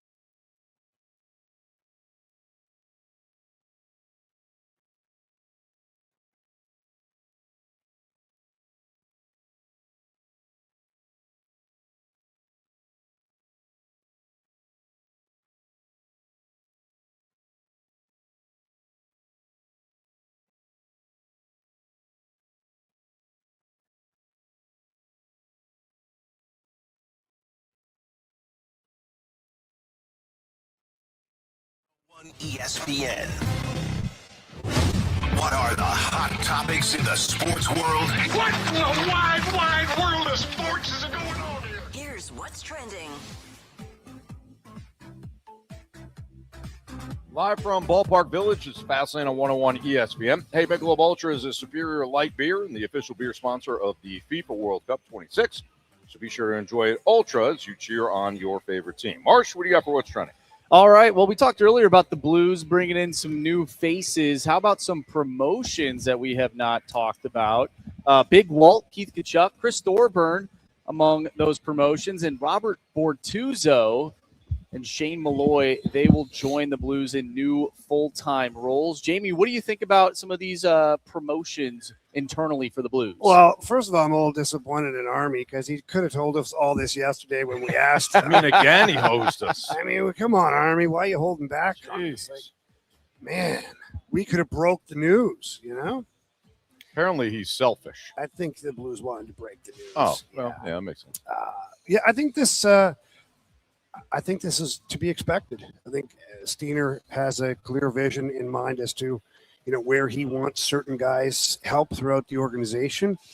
And look, Keith Tkachuk has been a big part of a lot of things the Blues have been doing. He's got a big voice in that room. Why not make him, special assistant to the president? So now Alex Steen now has another person that he can bounce ideas off of, or another person who can bring ideas to the table, however you want to look at it. Not every situation is like, oh, you're looking for approval. How about other people in the room have ideas that you like or you don't like if you're Alex Steen? I have heard nothing but incredible things about Chris Thorburn and the way he has helped with player development, whether it's showing up for a week at a time with certain players, whether they're playing junior, college, or even the American League, jumping on the bench, helping out in the American League level when they've needed a guy to come in and help coach. So I think he's doing a tremendous job for the Blues. It was nice to see his promotion. And Robert Bortuzzo, that was coming. He'd already been doing some assignment work last year for the Blues. I think that just like anything else, you want to see how a guy handles it. You want to see what his work ethic is, because we all know Robert Bortuzzo as a player with a tremendous work ethic. Mm-hmm. But the business world is way different. It's less fun. It's more grueling. Believe it or not, like physically grueling is playing a pro sport, but keeping up with 20, 30, 40 emails a day and, documenting all your, like some of that can grow tiresome. And if a player or a former player doesn't have it in them, then they're not going to do the job properly. Robert Bortuzzo did fantastic last year, which is why he got promoted to being a pro scout. And look, pro scout is a very important part because that guy there is watching every game around the league all the time, looking for the next player you can acquire. Trade, free agency, or if there's a player that gets put on waivers and you see something somebody else doesn't see, which has happened a lot here recently. You look at Bussey, the goaltender for the Carolina Hurricanes, who stepped in and played. He was a waiver pickup. You look at Forsling down in Florida, who's top two defenseman for them now. He was a waiver pickup. Somebody identified that talent, and that team is reaping the benefits. So hopefully the next guy here for the Blues is Robert Bortuzzo. So I like all the promotions. I brought this up earlier in the show per Darren Dreger. This was earlier. Free agent frenzy. He said, I believe he, being Alexander Nikishin, likely ending up in the West. I know St. Louis was a contender. I don't know if that still means the Blues are a contender or maybe they looked into it. But if he were to be a St. Louis Blue, hypothetically, like what would this team look like on the back end? Big. Very big. Nikishin has a bomb for a shot, too. Yeah. I mean, an absolute piss missile, Anthony. So lining him up in a spot for the usage of that would be great. I hear he's wanting a heavy price tag. He's wanting $8 to $8.5 million here, 8 years. That's pretty steep. I don't know if the Blues could stomach that, but again, he's a young defenseman that you'd be able to throw into your D-core that could be here for, 8 years on that deal. And 4 or 5 years from now, that $8.5 million doesn't seem like much. Just like when people didn't like the $6.5 million for Colton Parayko. Mm-hmm. How you like me now? Mm-hmm. Bo Byram, who's done really nothing in the NHL. He's been an okay player. He won a cup with Colorado, but he was an accent piece to that team. Colton Parayko was a pillar on that 2019 championship team, and he's making pretty much half the money of Bo Byram. So time will always indicate whether the deal was good or not. So with the Bo Byram deal, we'll see how that looks. And with Nikishin, we'll see if he gets his $88.5 million. With all the forwards on the team, and we touched on that earlier, if the Blues were to go out and make another move, whether it's a trade or a free agent pickup, do you see it being a defenseman or a forward at this point in time? I don't know how many more forwards they can add to this group. Yeah. I think that if they go get a defenseman of some kind, they're going to look to move a forward just because the dance floor is getting pretty crowded up there. And you'd be foolish not to use those assets to your advantage. Our broadcast today is sponsored by Michelob Ultra. Michelob Ultra is a superior light beer and the official beer sponsor of the FIFA World Cup 26. So be sure to enjoy an Ultra as you cheer on your favorite team. Speaking of Ballpark Village, our Gauntlet contestant is here, and we already know who he's taking on. Gauntlet next on 101 ESPN. The Redbird.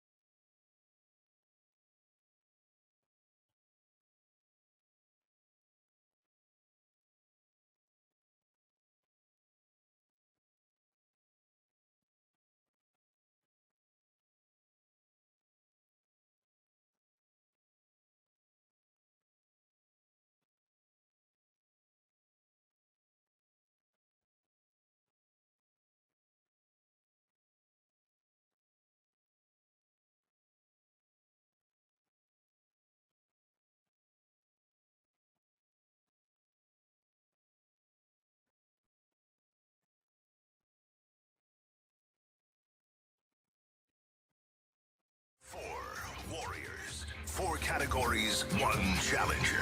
Can you survive the Gauntlet? Brought to you by Blue Note Roofing. Roofing, siding, and gutters. Visit BlueNoteRoofingSTL.com for a free inspection.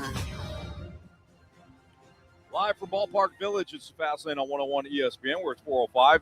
Your time check is brought to you by Clarkson Jewelers, an officially licensed Rolex jeweler, with Andrew Marsh and Jamie Rivers. I'm Anthony Stalter. No CD because CD is already in the makeshift cone of silence down at Ballpark Village. We already have our contestant. It's Joey. What's up, Joey? Hey, guys. How we doing? Doing great. So, Joey. Yeah, I'm sorry. I was going to give the backstory. Yeah, go for it. No, Joey came up and said hi and whatnot. And he goes, I've already won a Gauntlet trophy, but it was against the version without Carey Davis. So he says, I want my shot at Carey Davis. He says, I think that guy's weak. It was a lot of stuff that he said. It's unbelievable, quite honestly, where he went with that. So that's how we determined that Carey Davis was going to be the opponent today. Yes. So we already know that Carey's going to be the opponent, and it's going to be Joey. And Bradford Bruns is back in the studios right now. So, Joey, go ahead and tell Bradford to spin that wheel. Spin that wheel, Bradford. All right. Now, Joey, you had indicated you don't want hockey. Yeah, it was 2 footballs and random the first time, all in tiebreakers. So, oh, really? Yeah. No kidding. Yeah. I've been wanting baseball, so. Okay. Well, let's see what you got, Bradford. Well, Joey, it is the first day of NHL free agency, so it has to be hockey. Sorry, buddy. Oh boy, we'll do what we can. Wow. Oh. Okay, well, Joey. It's Carey, the resident hockey guy, too. Yeah, you never know. All right, well, Joe, you're going to get 4 hockey-related questions. Each one is worth 2 points, unless you ask for the options. If you ask for the options, those questions are worth 1 point. Are you ready? I'm ready. All right. This former Blues forward played all 12 seasons of his career in St. Louis, had his number retired in 1998, and successfully served as the head coach for the Blues from 1988 to 1992, making 4 playoff appearances. Name this player. Jamie, you were never a coach, were you? I can't disclose any information. I'll take the options, please. Doug Evans, Cliff Ronning, or Brian Sutter? Let's go Sutter. Final answer. Is it Suter? Sutter. It's Sutter. Sutter. That's Yeah. it, right? Yeah.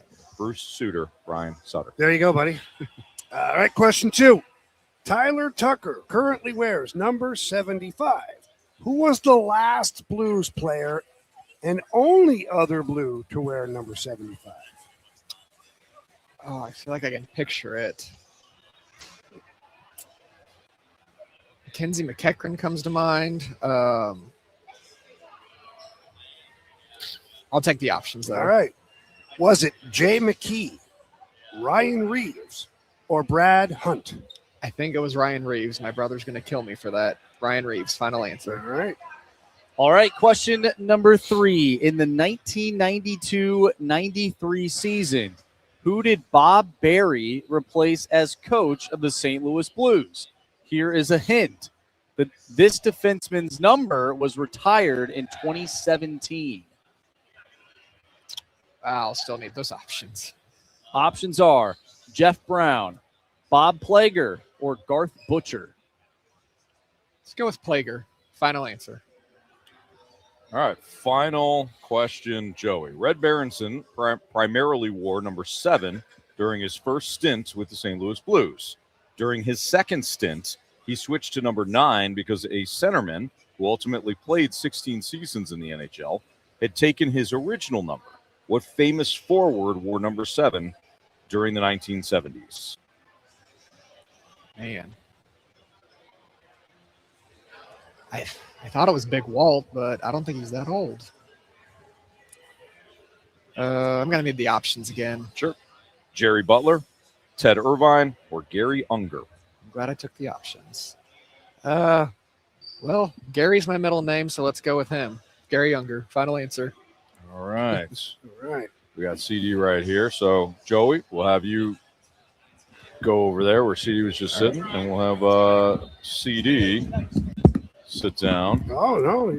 Look at this. Carey's got a mic. Oh, okay. Oh, this is where Carey breaks into freestyle. Wow. So now, let's go. How you gentlemen doing?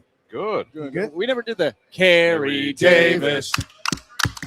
Carey, give us a little freestyle. Come on. I know you I'm want not a rapper. Give me a little something. I'm not a rapper. Come on. Nope. It's hip hop, Jamie. Yeah. I said it's freestyle. R&B. I would sing, but Isn't that what it's called, freestyle? it is. Yeah, so what's your Marshy problem? knows that. Freestyling is incredibly difficult. What? by the It is way. very different. Hip-hop, Jamie. Well, it's just, R&B, baby. Freestyling is difficult. You want me to stand over there so I'll be on camera? All right. Because they don't know what you look like, Carey. They don't know what I look like. Someone said I look like a cigarette machine on the YouTube channel. So I was wide. Yeah, like a vending machine. Yeah. Because I block Just like that, linebackers. you just put a quarter in. You never know what you're going to It get, get me Carey. going, you know? Mhm. Hey, Anthony, how's it Hey, going? Carey, Good to good. see you, All brother. right, here we Hey, go. your category today, Carey, is hockey. Love hockey. Yeah, you do. Yeah. Oh, go Blues.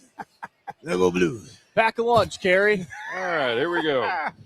This former Blues player.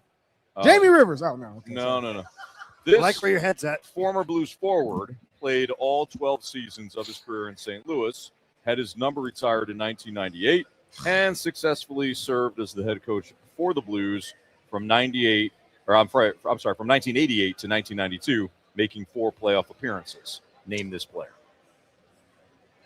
I feel like I would. What years did he play here? Did he say that? He played here for 12 seasons, had his number retired in 1998. Oh, it doesn't tell you when he played here. No. Jamie would know this. Can I call a lifeline? No, sir. All right, options. Doug Evans, Cliff Ronning, or Brian Sutter. Sutter. Damn, I said it right the first Is time. it Sutter? Sutter. Yeah, then. yeah. It is Sutter. Bruce Sutter. Brian. What Sutter. year was the jersey retired? His number retired in 1998. I'm gonna go with Sutter. That's what I was thinking. But go ahead, Brian Sutter. Final answer. All right, Carey, question 2. Tyler Tucker currently wears number 75. Who was the last Blues player and only other Blue to wear 75? Options. All right. Was it Jay McKee, Ryan Reeves, or Brad Hunt? Was Ryan Reeves 75? I don't think he was 75. Brad Hunt, and who was the other guy? Jay McKee.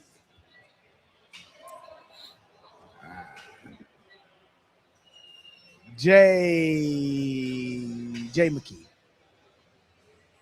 Final answer. All right, question number 3. In the 1992-93 season, who did Bob Berry replace as coach of the St. Louis Blues? Here is a hint. This defenseman's number was retired in 2017. Who did he replace as a coach? In what year? In the 1992-93 season. Options. Options are Jeff Brown, Bob Plager, or Garth Butcher.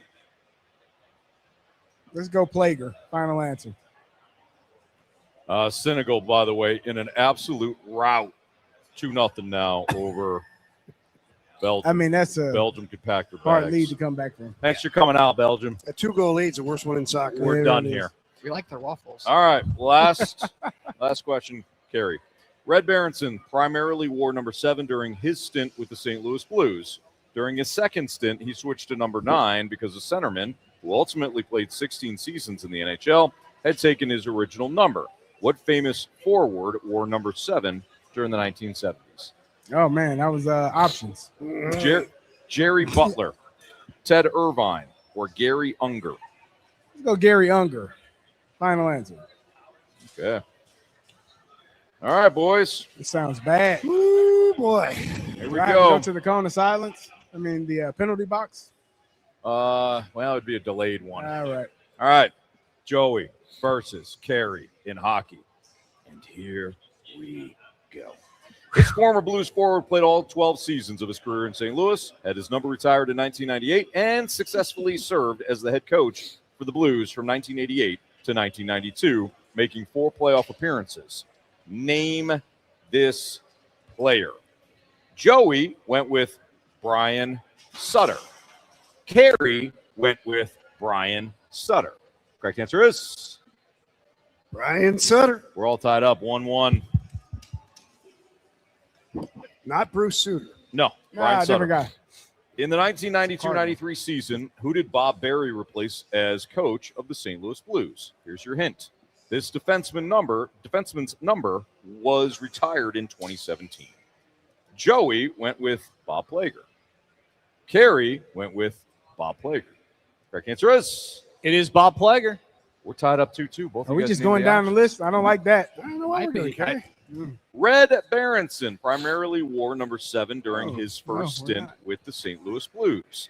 During his second stint, he switched to number 9 because a centerman who ultimately played 16 seasons in the NHL had taken his original number.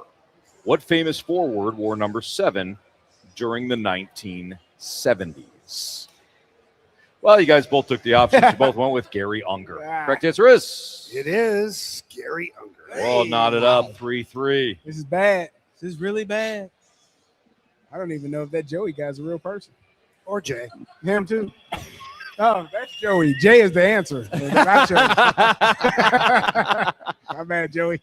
Hey, AI's out of hand now, so. It could come down to this. Again, we're all tied up 3-3.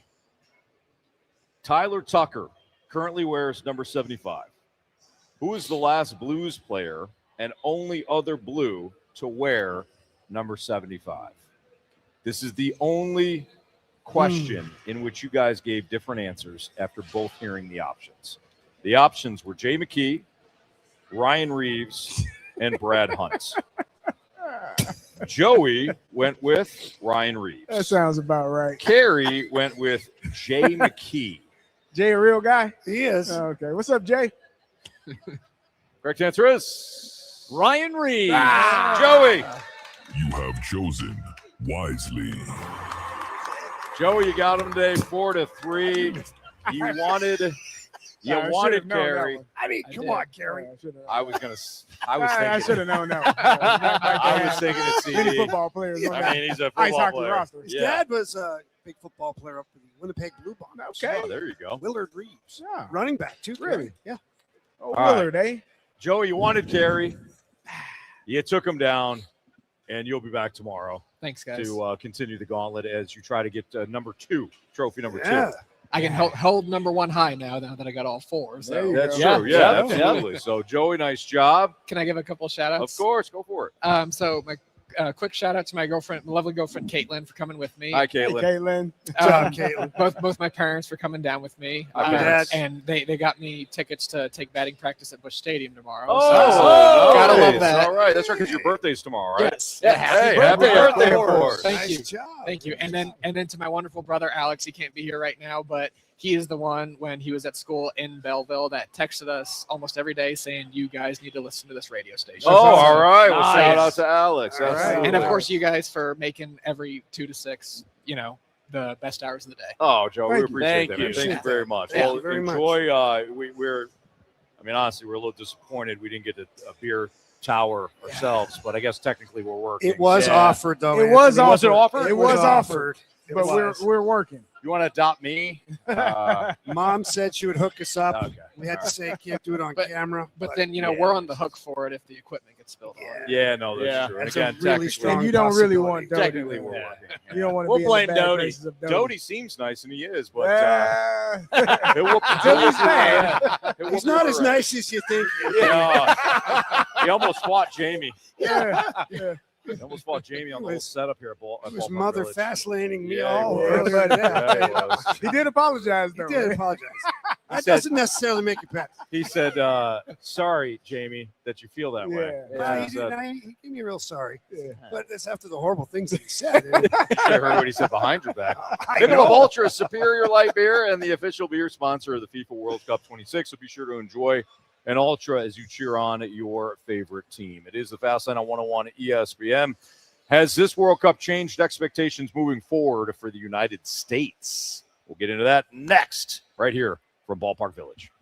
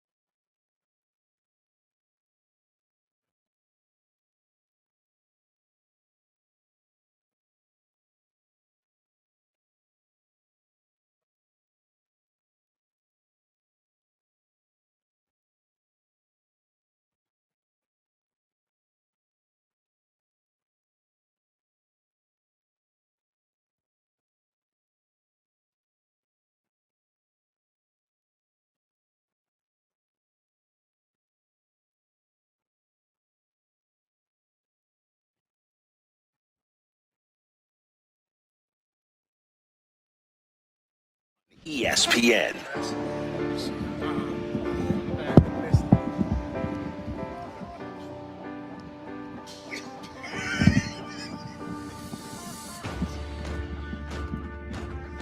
Live from Ballpark Village, it's the Fast Lane on 101 ESPN.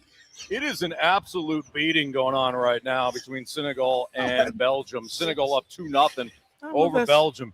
I mean, this one is a rout. There's been 2 routs today. Wrigley Field, as the Cubs pounded the Padres 23-3.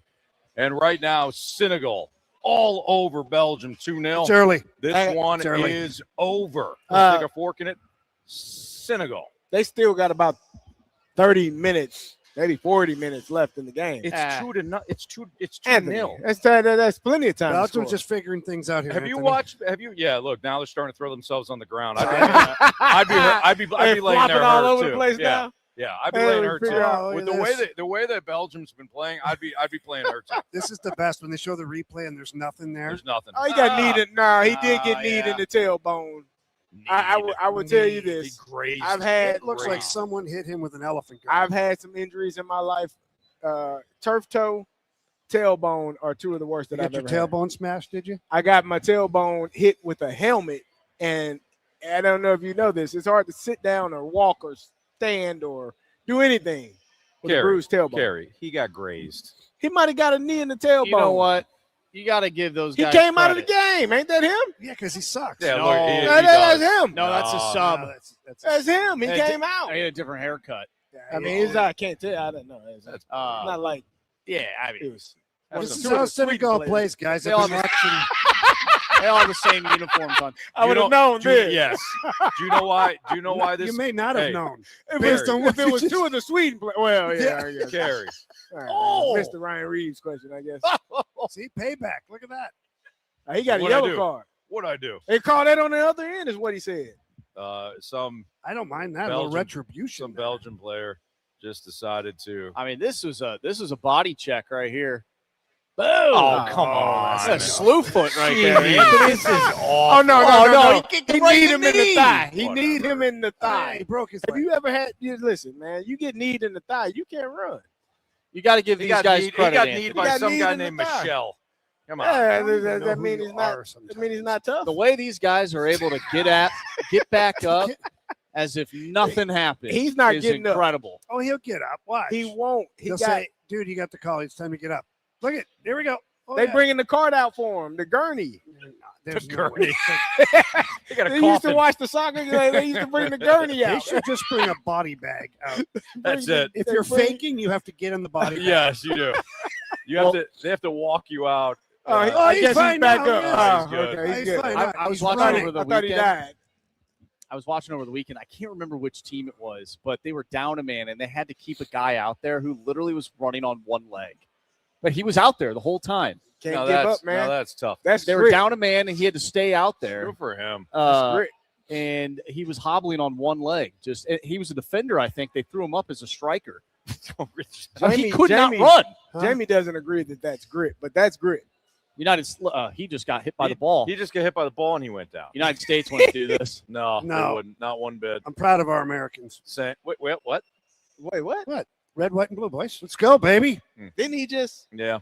last week when he was the Yeah. Canadians? Yeah, yeah. Didn't he? Carey, Last week. I is think he it was like earlier this week. Was it earlier this week? Guys, He can't lose, huh? No. in fairness, that was earlier this week. In fairness, he's not lying. No, he's really not. He's actually being very honest. Yeah. Day to day. What with this guy? Tomorrow could be different too. You just don't know, you know. Exactly. Anyways, It's a free has this- country, Anthony. Yes, damn right it is. Good old U.S. of A, baby. USA. USA. USA. USA. Oh, Oh, nothing. I like Look that. at Yeah, Ballpark no. Village. I tell you what. they Yeah, Yeah. we got one. Yeah. All right. I'll tell you what. If this is the crowd tonight for Team USA, we are in trouble. You're letting It your won't be, team Anthony. down right Come now. on. We got a lot of time. You know left. who these fans are rooting for, right? Right at Ballpark Village, Belgium. That type of effort I've seen. Lack of effort. You're watching here. it right now. Lack of effort here. Lack of effort here for Belgium. Again, who's getting smoked 2-0 by Senegal. Has this World Cup changed expectations moving forward for the United States? You bet your sweet rear end it has, Carey. I believe in this team that I believe coming in. No. Why? rich history of getting punked in the World Cup. But this team, Jamie, it's different. Is different. Yeah. I like watching them play. They're aggressive. They're fast. Who's your favorite player? You know, the one guy. Christian Pulisic. Pulisic. That's what he's thinking about. He's not even American. Scored He's from Hershey. He's from Hershey, Pennsylvania. Gavin Pennsylvania. Chocolate Town, USA. Gavin Weston.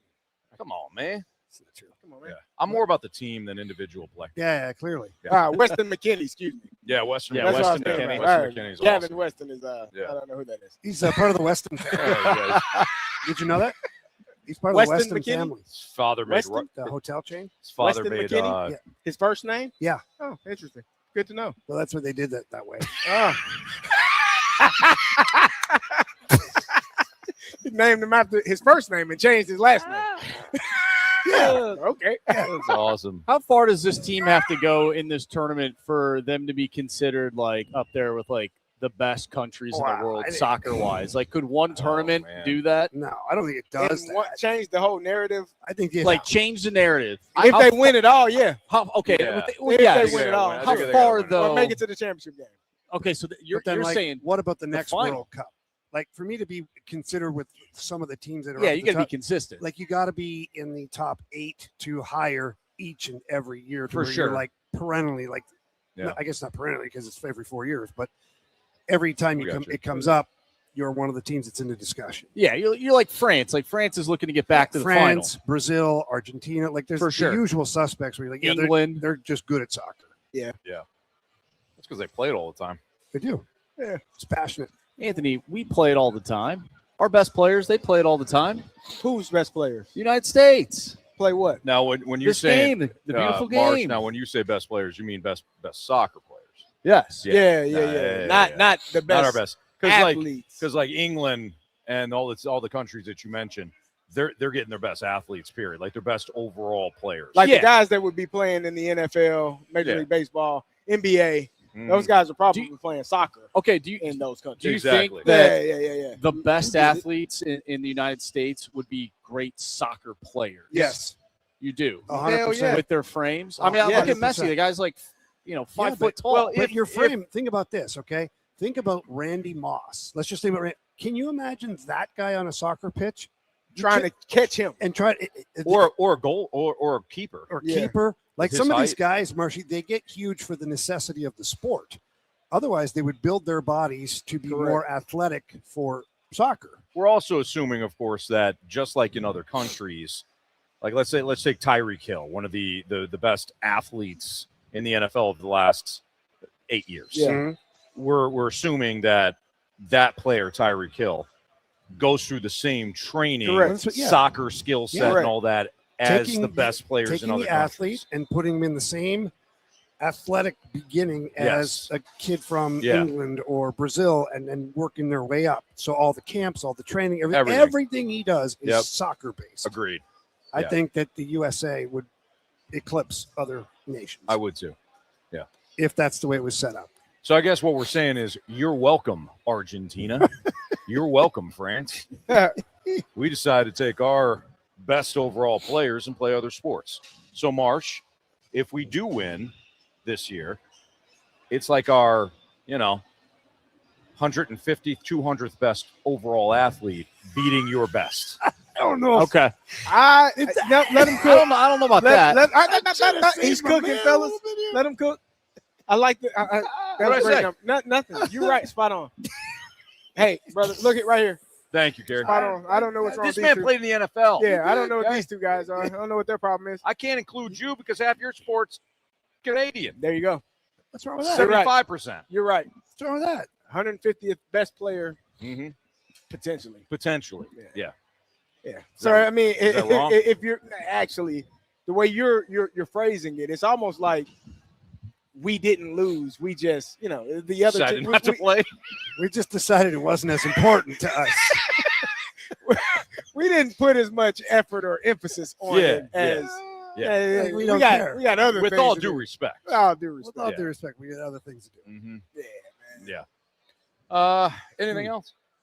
Man, are we endearing ourselves to the soccer No, crowd? we love I'm soccer. fired up about We this love match soccer. tonight. I am fired up. He wore his red, white, and blue. He took it off because he was like he thought it was too much. He had his USA shirt on. He I'm like, did. hey, the game doesn't start for another 6 hours. He's like, oh, okay, I'll go change. He thought it was too hot, so he put a black Yeah, shirt on. he and did. a black He hat. did. Yeah. Well, I'm indoors. Yeah, it's way different. It's a little warm here, though. Black indoors is actually a cooling element. Exactly. I don't Thank know you, about Jamie. that either. Yeah. You should know, Carey.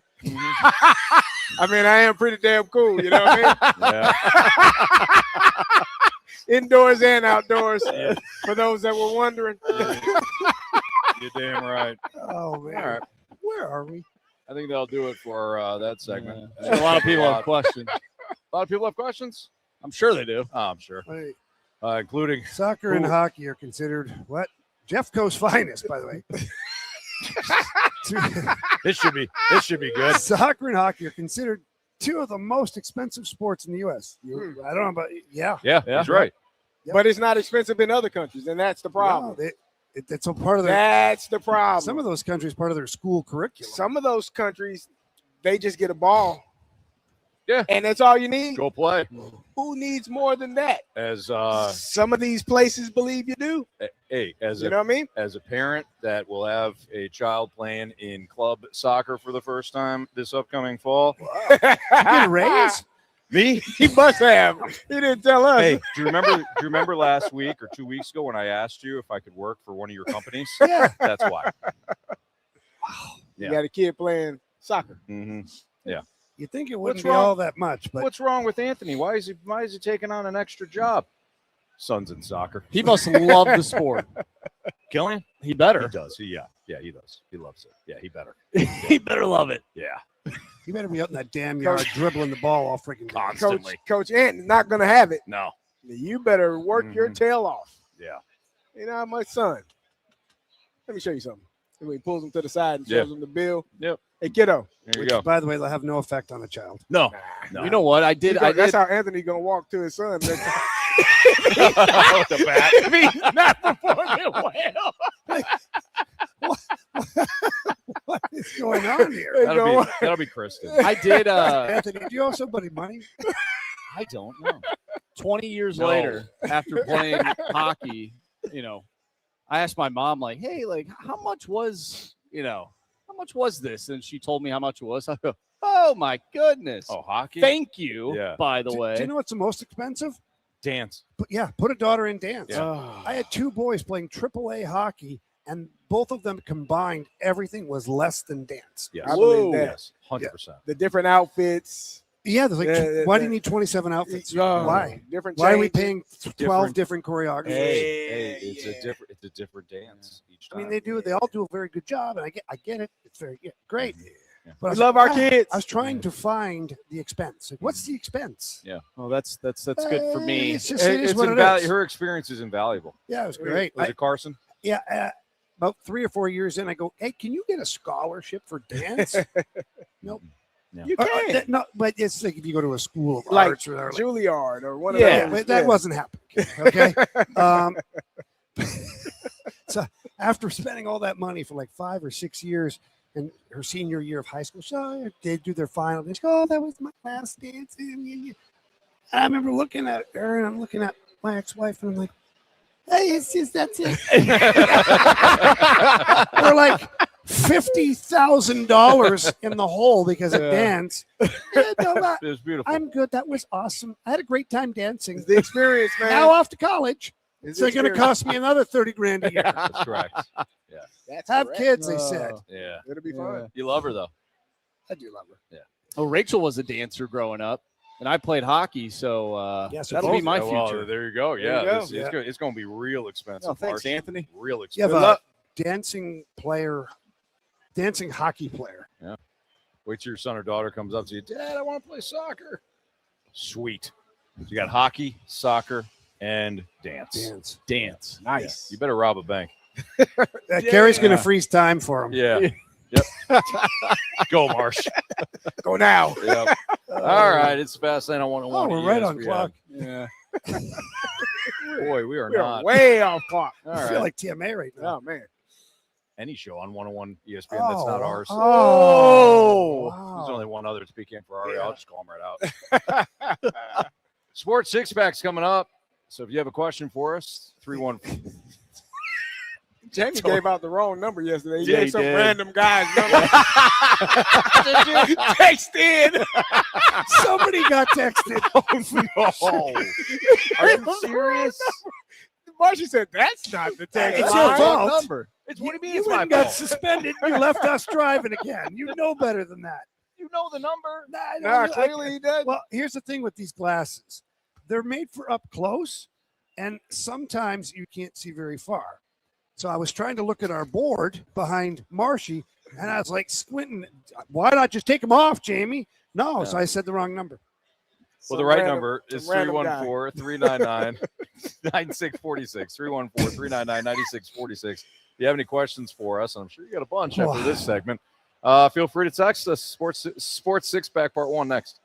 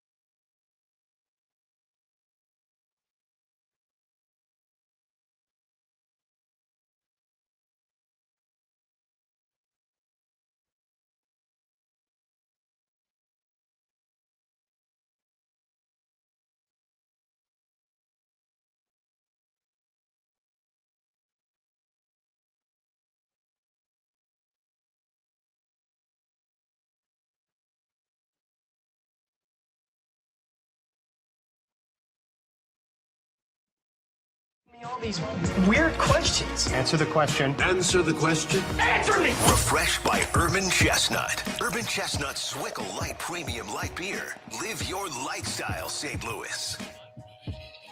It's a Fast Lane on 101 ESPN live from Ballpark Village. If you're wondering if you want an update, you don't need one. Senegal all over Belgium, 2-0.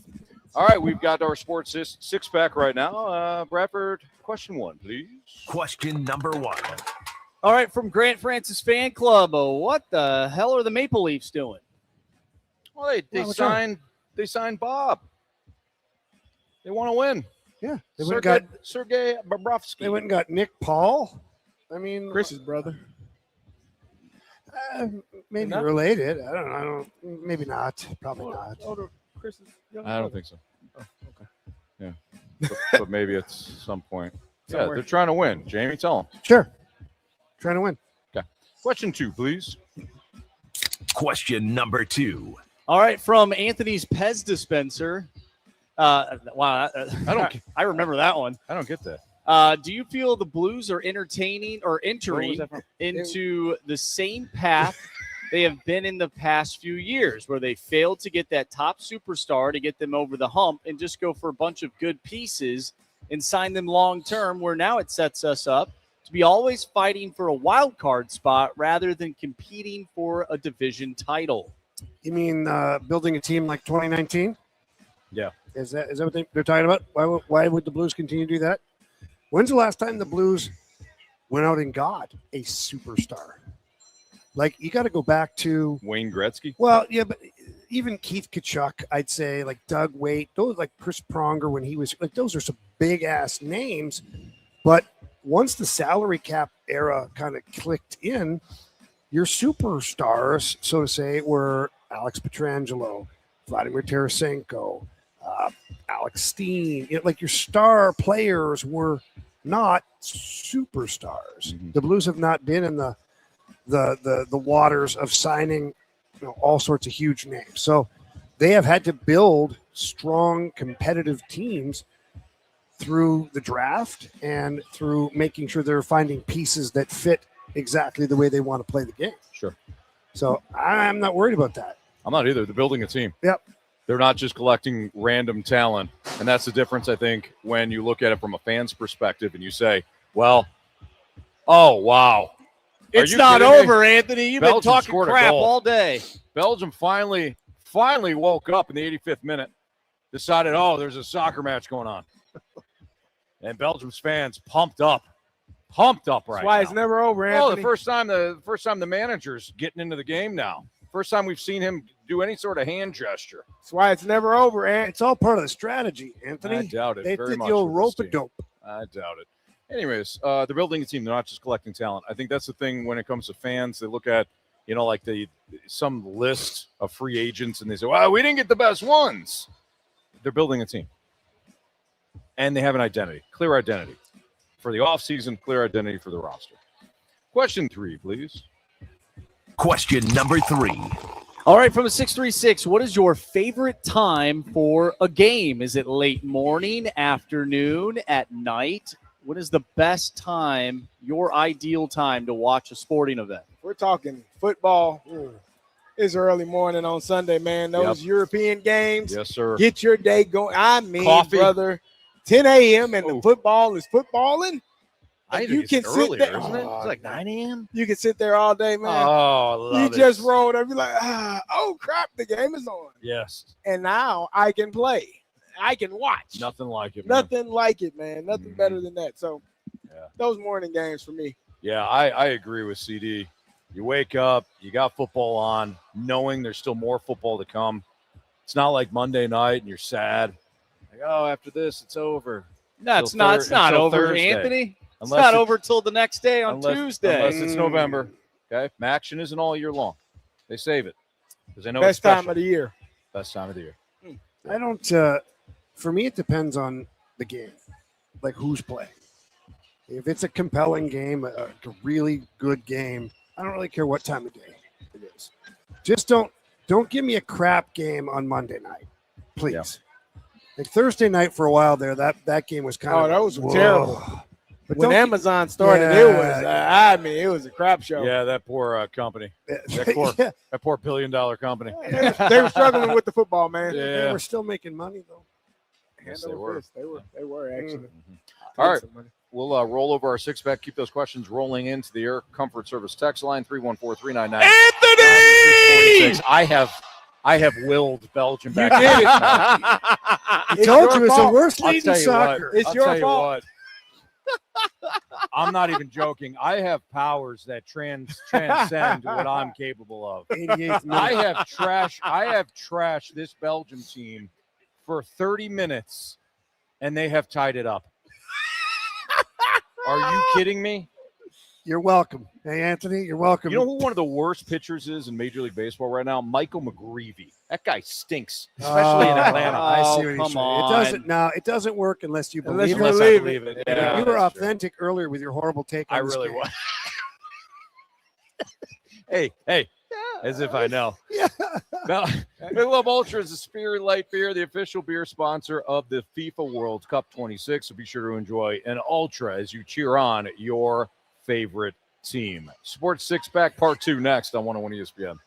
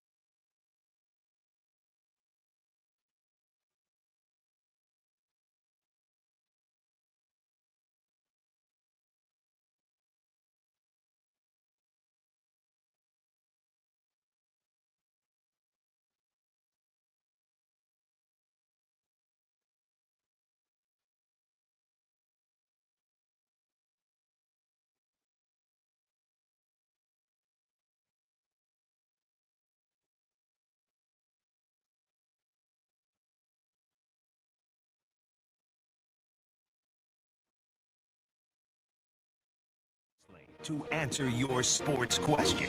I want to ask you a bunch of questions. I want to have them answered immediately. Asking me all these weird questions. Answer the question. Answer the question. Answer me! Refreshed by Urban Chestnut. Urban Chestnut Swickle Light Premium Light Beer. Live your lifestyle, St. Louis.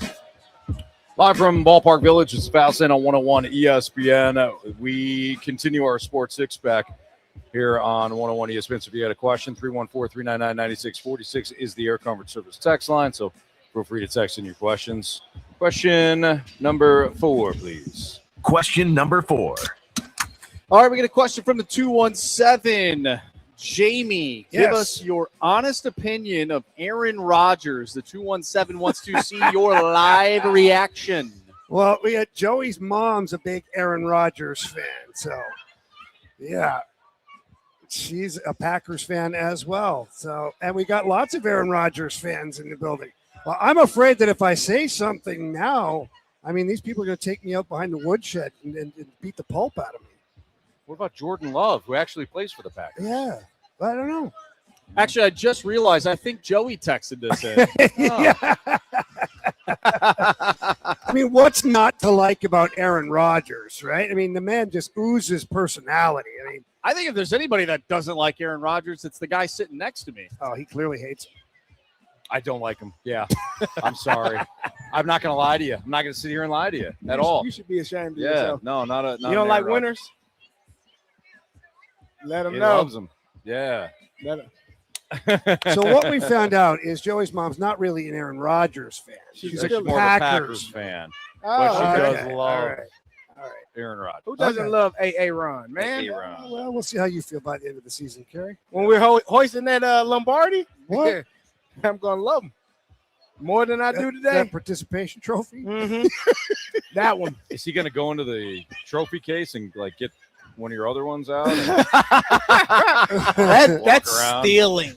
No. Oh, they He's going to earn his own. Steelers. Going to earn his own trophy. All right. Question 5, please. No, Matthew. Question We got 5. Rams fan Doty Hey, come on, man. behind us trying to talk about the Rams. We're not going to do that. Not on this show. That was yesterday. Not up in here. All right, from the 636, besides Robert Thomas, who is the most likely guy on this team to become a superstar if there is one? Wow. Jimmy Snuggery. Yeah, Philip Broberg is up there too. I mean, I feel like Philip Broberg is just discovering what he can kind of do. Look at the first year here with the Blues. Really good player. Nobody really kind of knew what he could do. Last year, he was dominating games. He takes that puck and nobody can catch him. Nobody can take it away from him. Once he develops just a little bit more offensive awareness, where he's able to cash in on having the puck on his stick for 90% of the time, like what does he become? Does he become a Norris Trophy candidate? He already went from nowhere pretty much to playing on Team Sweden in the Olympics in a season and a half with the Blues.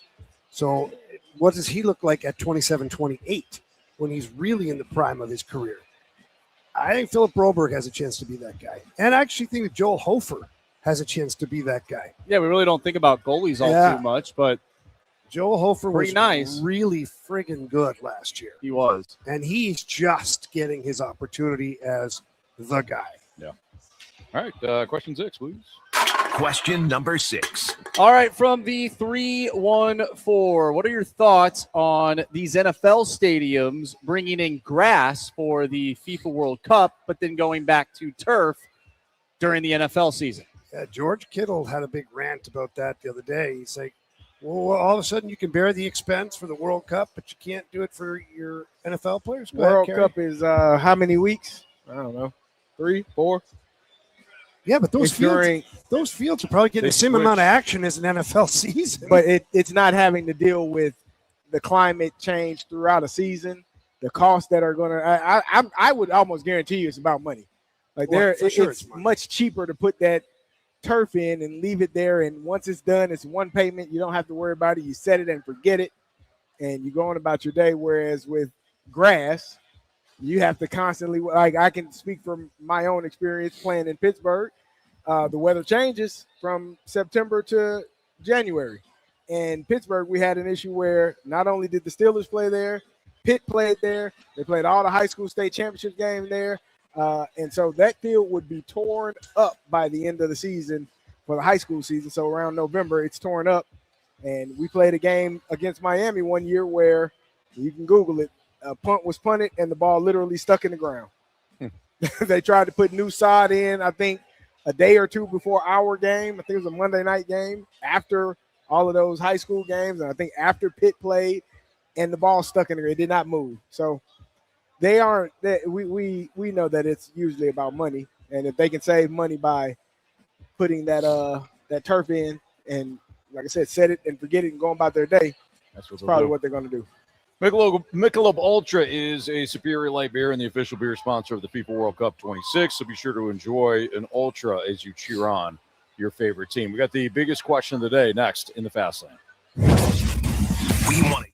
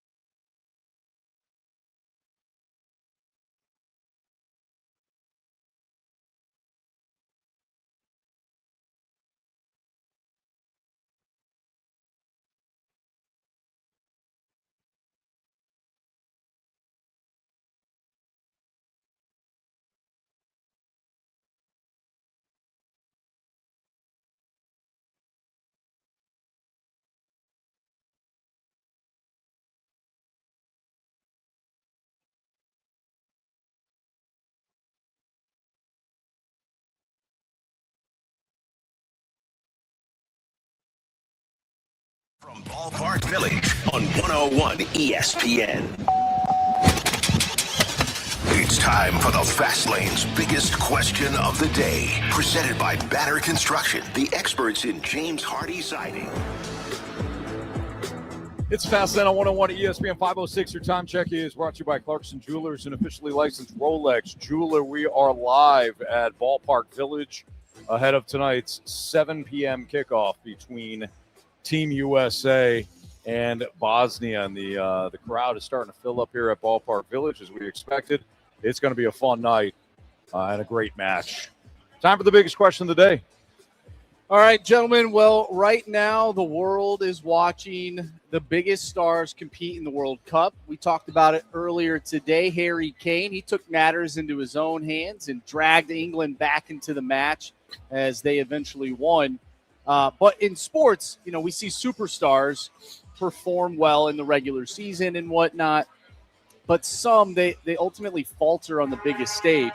Do you guys believe that a true superstar is born on the biggest stage, that they ultimately win when it really matters? Is that a true superstar? Yeah, I automatically think that, because it's nice to have regular season wins and things like that. And you can be a superstar in the regular season, but at the end of your career, and I'm not even saying you have to win the championship, your team just has to be there. Like Connor McDavid right now, if he never wins a Stanley Cup, he still drug a team to back-to-back Stanley Cup finals, and no one's going to ever disagree that he's not a superstar. Dan Marino never won a Super Bowl. I would call Dan Marino a superstar, one of the greatest quarterbacks in the history of the game. So I do think there's a level of winning that has to happen. Yeah. Flip side of that, I don't think you have to win the ultimate prize to be a superstar. I agree with that. I think to Jamie's point, like the body of work is what makes you a superstar. Like if you are a perennial all-star year after year, you're one of the best players in the game, you got MVP awards won, winning a championship is the ultimate team prize. Like it's the ultimate team. It's every person on that team doing their part to win a championship. And if you don't win, even if you're a superstar, that doesn't negate your superstardom or your level of greatness. Yeah. It's hard to only one team gets to hoist that trophy at the end of the year. So on the flip side of that, I think of a guy like Jalen Brunson. When you put him up against a bunch of other players in the NBA, I don't know if Jalen Brunson is at the top of the list and superstar. Mm-hmm. He just won the NBA Finals for a team that hadn't won in 53 years. Yeah. Like Jalen Brunson, numbers wise, like don't get me wrong, very good basketball player, but he's not like LeBron James or anything like that, right? Yeah. Or Kevin Durant. But would you consider that to be a superstar where he emerges from whatever storyline that just took place with his team? Yeah, I don't know if I would say that makes him a superstar. Okay.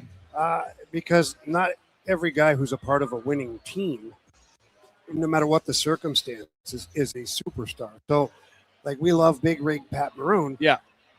But is he a superstar because he's won 3 Stanley Cups? Superstar, no. He's hometown hero, absolutely. Absolutely. But yeah, you understand what I'm saying. But I'm saying, like, he was a big part for sure of 3 teams, but not a superstar. I mean, you take Jalen Brunson off that Knicks team, there's no way they're winning the NBA Finals. I will say this, though, March. The way you phrased it initially was, are they born on the biggest stage? Yes. I think Wemby became a superstar within that tournament. I agree. And I think he was born. His superstardom was born there. He didn't win it. I mean, he was a pretty big name even before he was drafted. Sure, but it was almost like his star just went. You got to the see it in person. Yeah. Yes.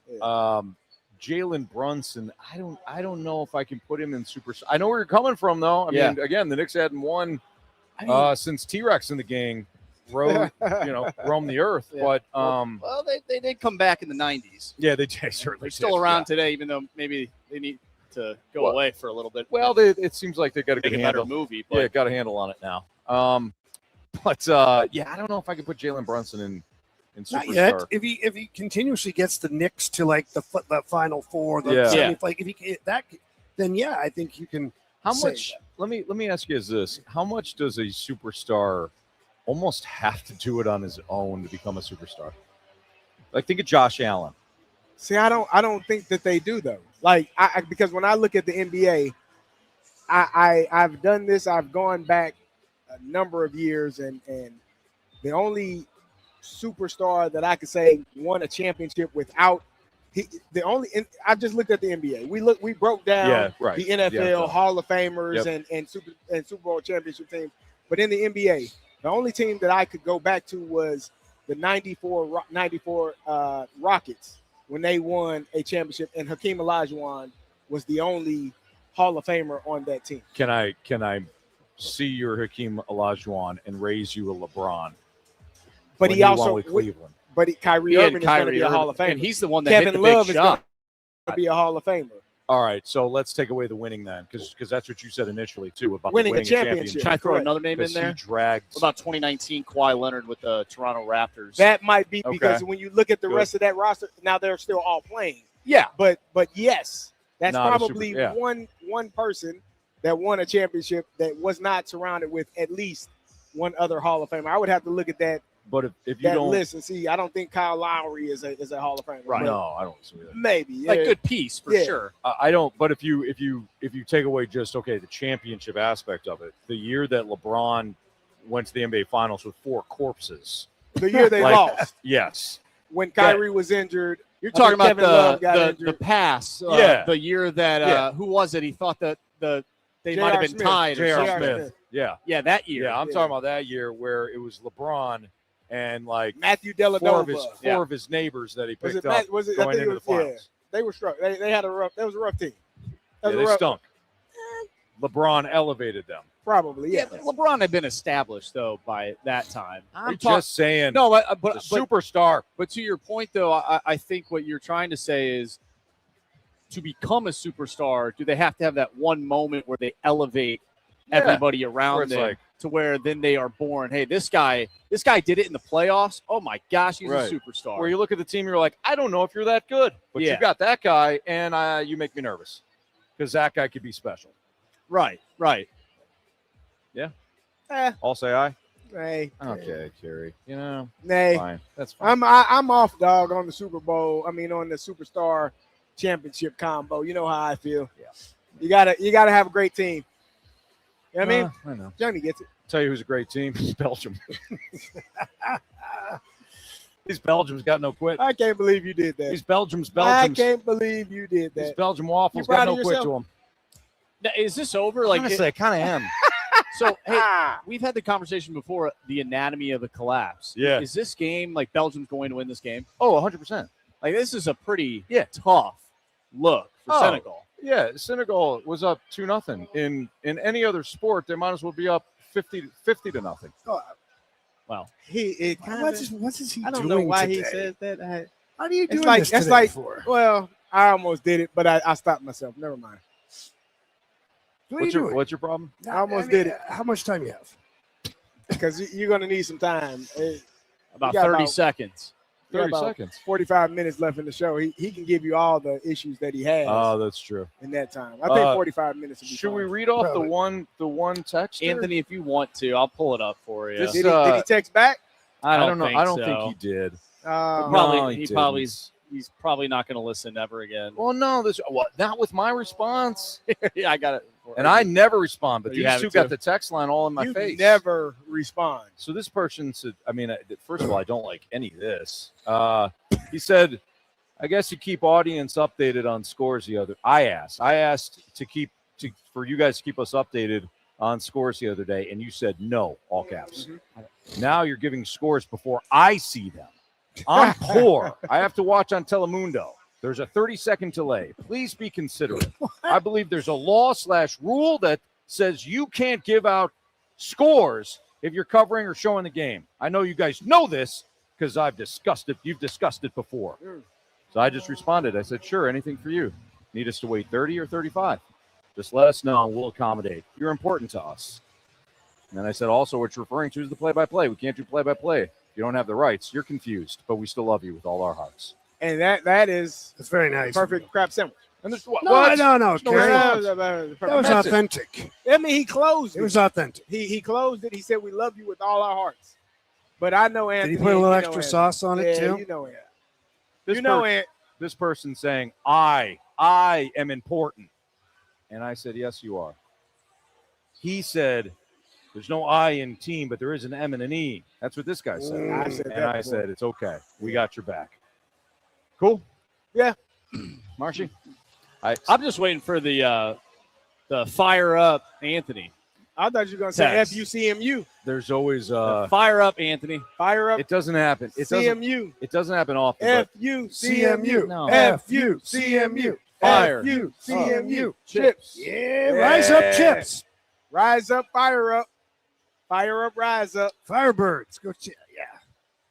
No Chippewas. Firing them up. Fire up CMU. FUCMU, baby. T-shirts coming soon. Soon. You guys done? One more time. Michelob Ultra is a superior light beer and the official beer sponsor of the FIFA World Cup 26. So be sure to enjoy an Ultra as you cheer on your favorite team. What we got next, Marsh?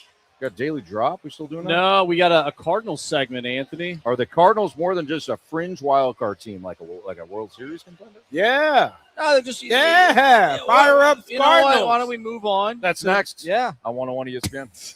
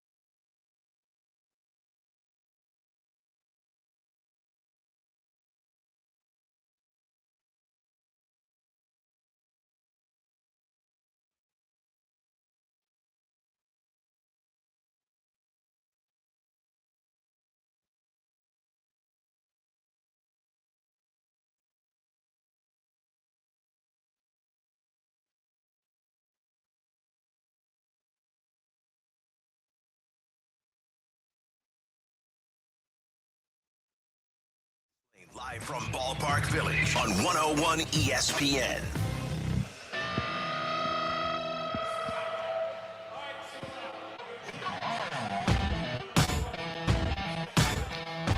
It's a Fast Lane on 101 at ESPN. We've got the festivities starting at Ballpark Village right now. So if you're hearing some background noise, it's a live remote, and everybody is excited for Team USA to get started here against Bosnia. 7:00 kickoff. So again, if you hear any background noise, it is the crew that is right behind us on the stage. So we're on the big screen now, weird. And Jamie looks way better on camera than he does in person. I thought that was the case because we watch the Blues games all the time. I'm like, man, Jamie looks really good up there.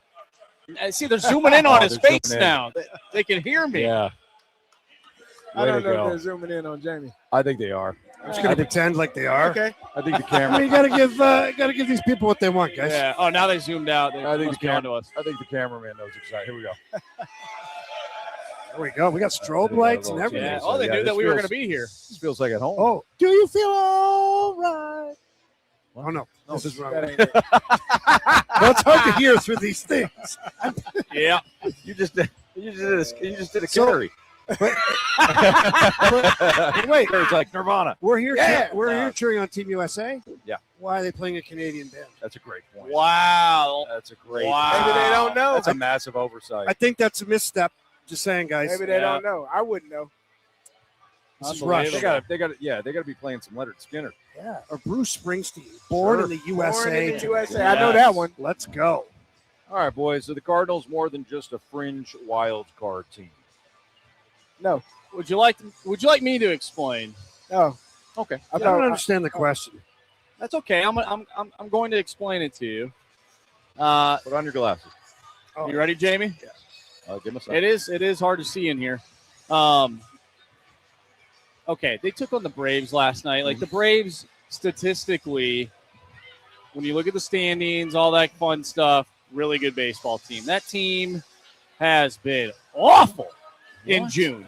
Oh, geez. They have not been good. But the Cardinals took down the Braves. It's a good start for this stretch. And I think it's not you, Mark. It's these two. I don't even want to talk about them anymore. No, not Marsh.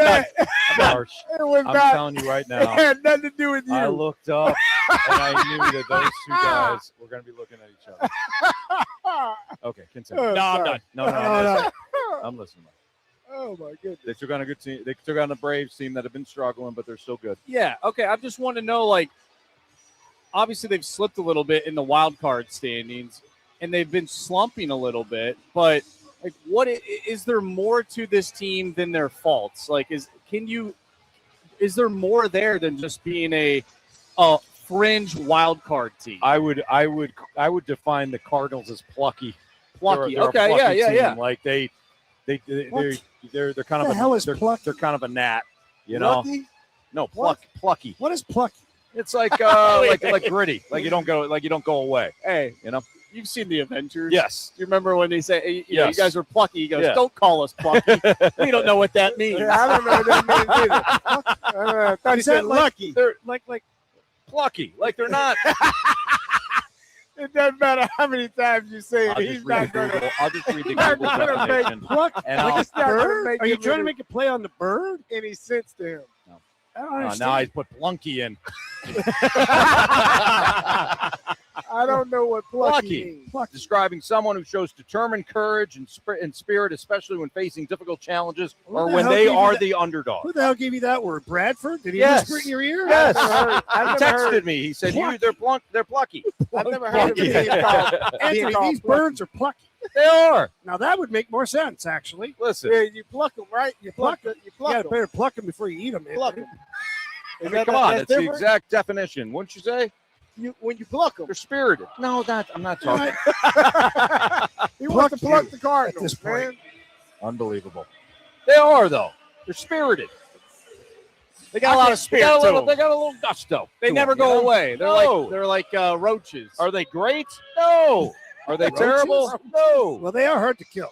Okay. Yeah, they're hard to kill. They They going survive anywhere. nuclear That was action. Steven Seagal. Yeah. Yeah.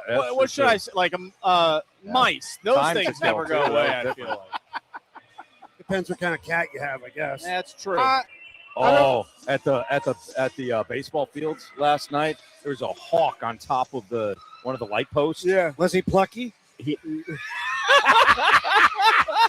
The mouse he had in his beak was. Oh, he was he shredding plucked that it. thing. There was mice you bits serious? from all over. Oh, yeah, Would you they're- tell the God. children that the mouse was sick? Yes.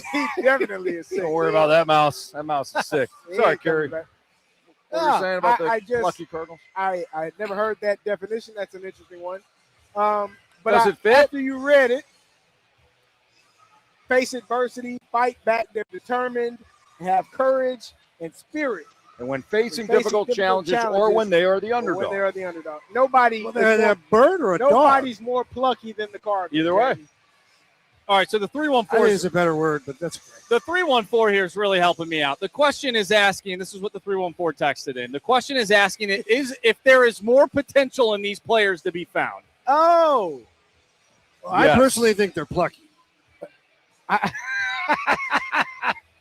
It's a good word. I'm going to think- use it from now on. I think that what is you gonna see become I think you're plucky. is what man. Thank you. James. Like you Thank think this is their ceiling, I think what and you that's see is- okay, right? Yeah, that's fine. for You think this is 2026. good for this team? Yeah. Okay, for this year. Yes. I think this is their ceiling. And Yeah. that's okay. But like next year and beyond, with some of the development, right. And, like- and hopefully some more pitching. Like I think what you see right now is I don't think that this team I don't think that this team is a Central Division winner. I don't think this team is a best team in the National League or in Major League Baseball. If that's the ceiling that you might be looking for, I think that where they are right now, is right where they're supposed to be. I like that too. Yeah. All right. We're down at Ballpark Village here on 101 ESPN. Keep it plucky. Hey, this is okay. yeah, I Hey, like what is this.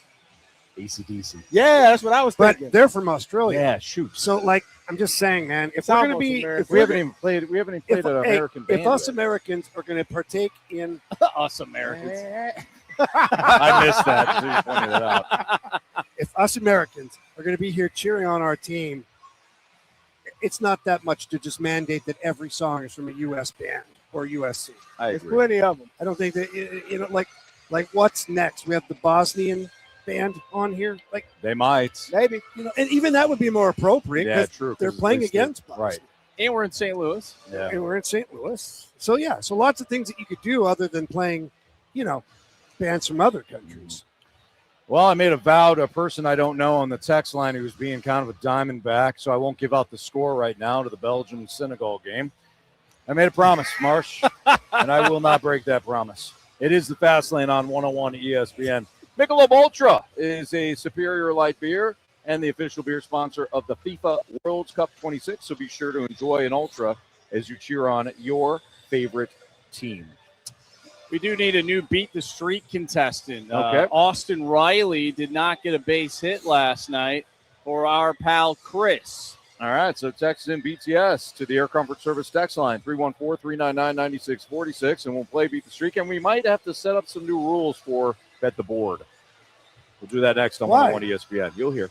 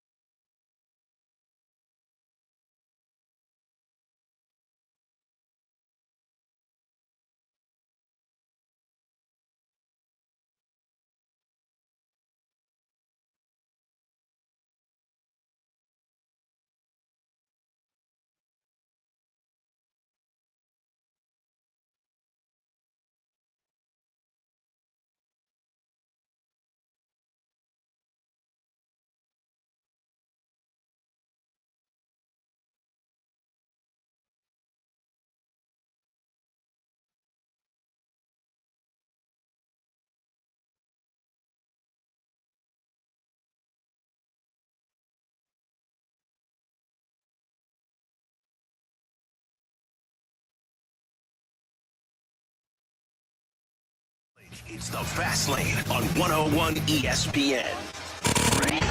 We have a I want to hit baseball. All of my successes depend on me. Ready to hit. The hits just keep on coming.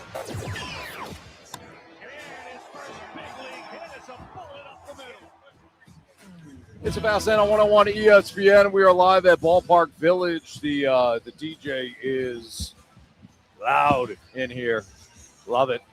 So apologize for the extra noise you might hear in the background. Don't apologize for people's enthusiasm, Anthony. Yeah, man, we're having a good time. Why would you do that? What'd I do? Almost done. What? Hey, you got a mouth off down there. That's not the first time today. Yeah, it won't be the last time. Yeah, No, probably won't be. Hey, let's do Beat the Streak. We got a new contestant on the line. It's Rich. What's up, Rich? Not a whole lot. How you guys doing?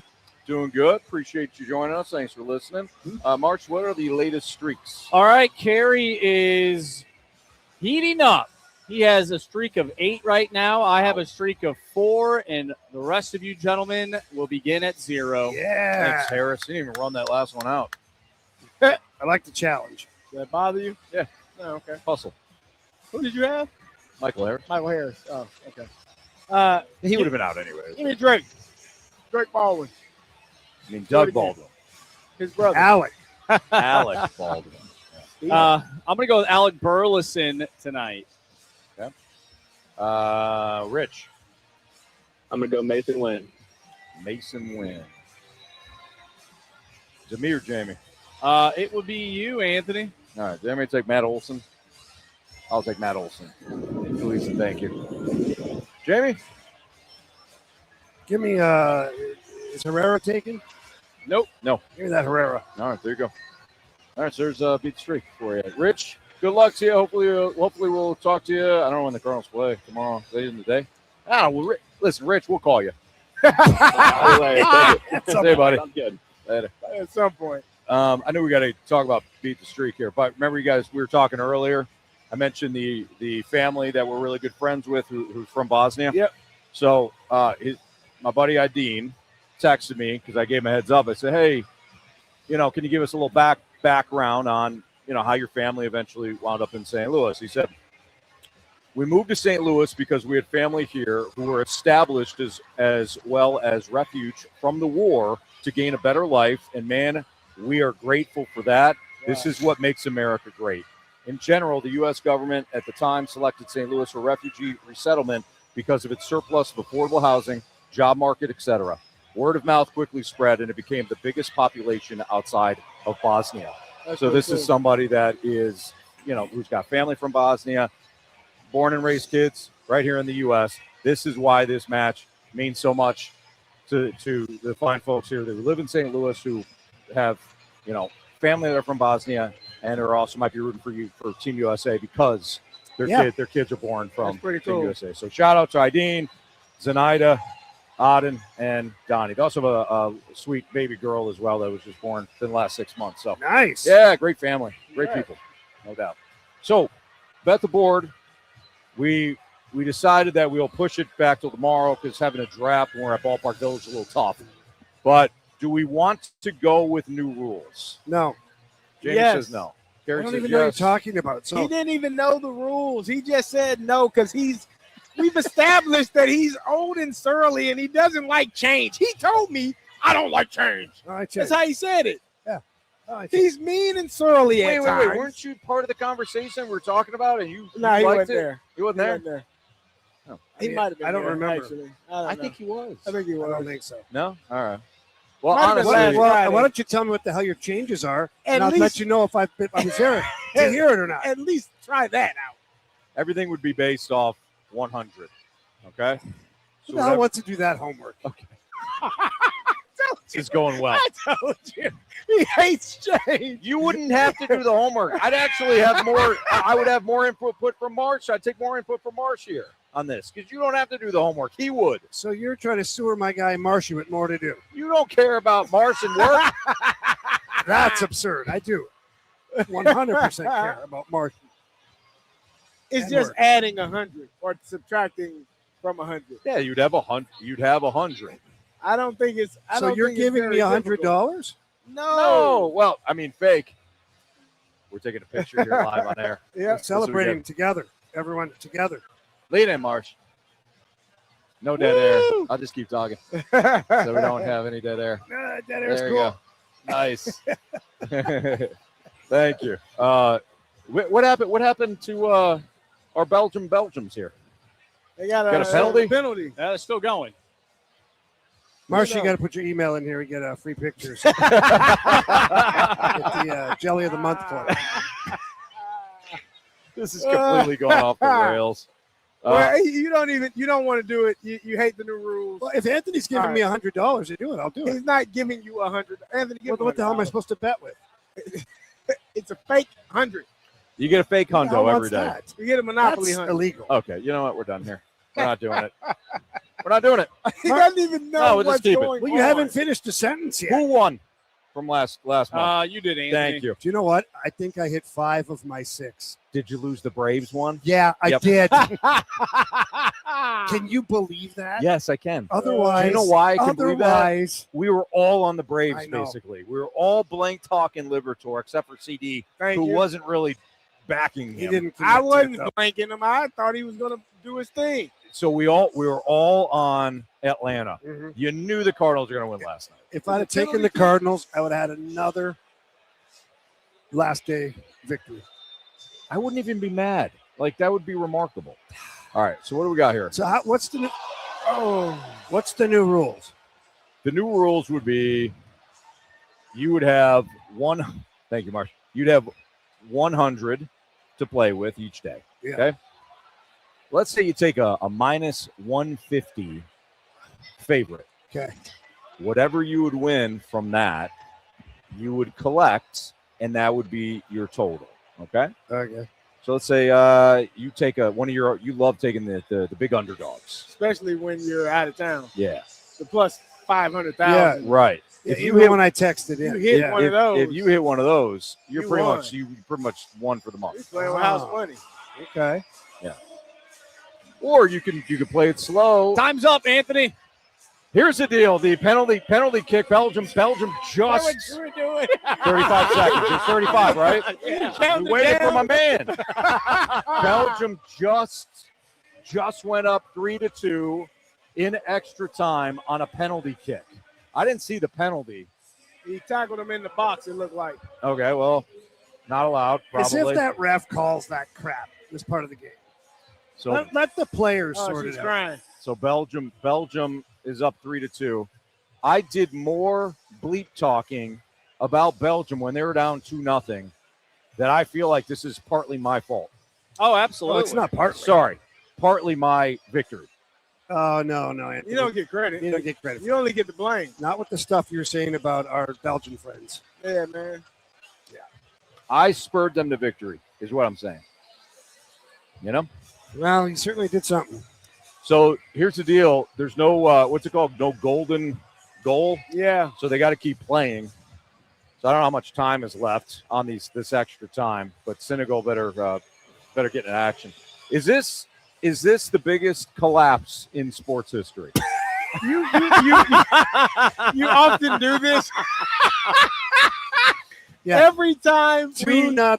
Every time we get to a major sporting event that a team comes back in, you often try to redirect, I would say, the narrative away from what would actually be the biggest collapse. I think Segal will always remember 7-1. I think 7-1 day. Belgium fans will call this. I think that March 28th will be a day that's always remembered as well. Well, yeah, it's close to your and my birthday. It is. It's one You're day. the our birthday you're the month. 27th. I'm the 30th. Yeah, it's right in but- between ours. Not for that reason, though. Okay, you know what, Carey? I'm done with you. You're suspended the rest of the show. Get out. Oh, yeah. Get good out. Call. Wait, We'll wrap up. What do I have to do? Nah, we'll wrap up the show. Carey's done. You suck. Carey's that work? done. Suspended. No. Wrap up the show next from Ballpark Village here on 101 ESPN. But let me make sure I give the sponsor its shout out here. Hold on. Hold on. Mick Ultra. Michelob Ultra is the superior light beer and the official beer sponsor of the FIFA World Cup 26. So be sure to enjoy an Ultra as you cheer on your favorite team. Who sings it? More next on 101 ESPN. Share.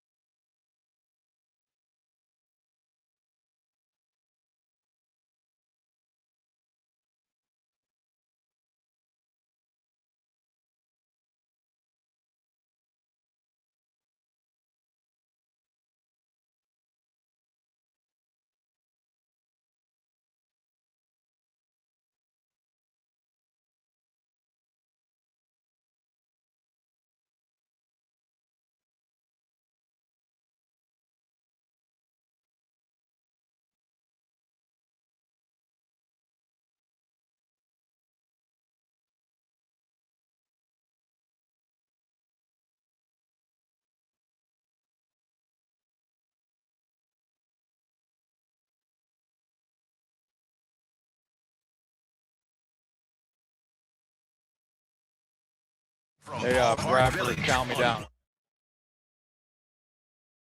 Thank you.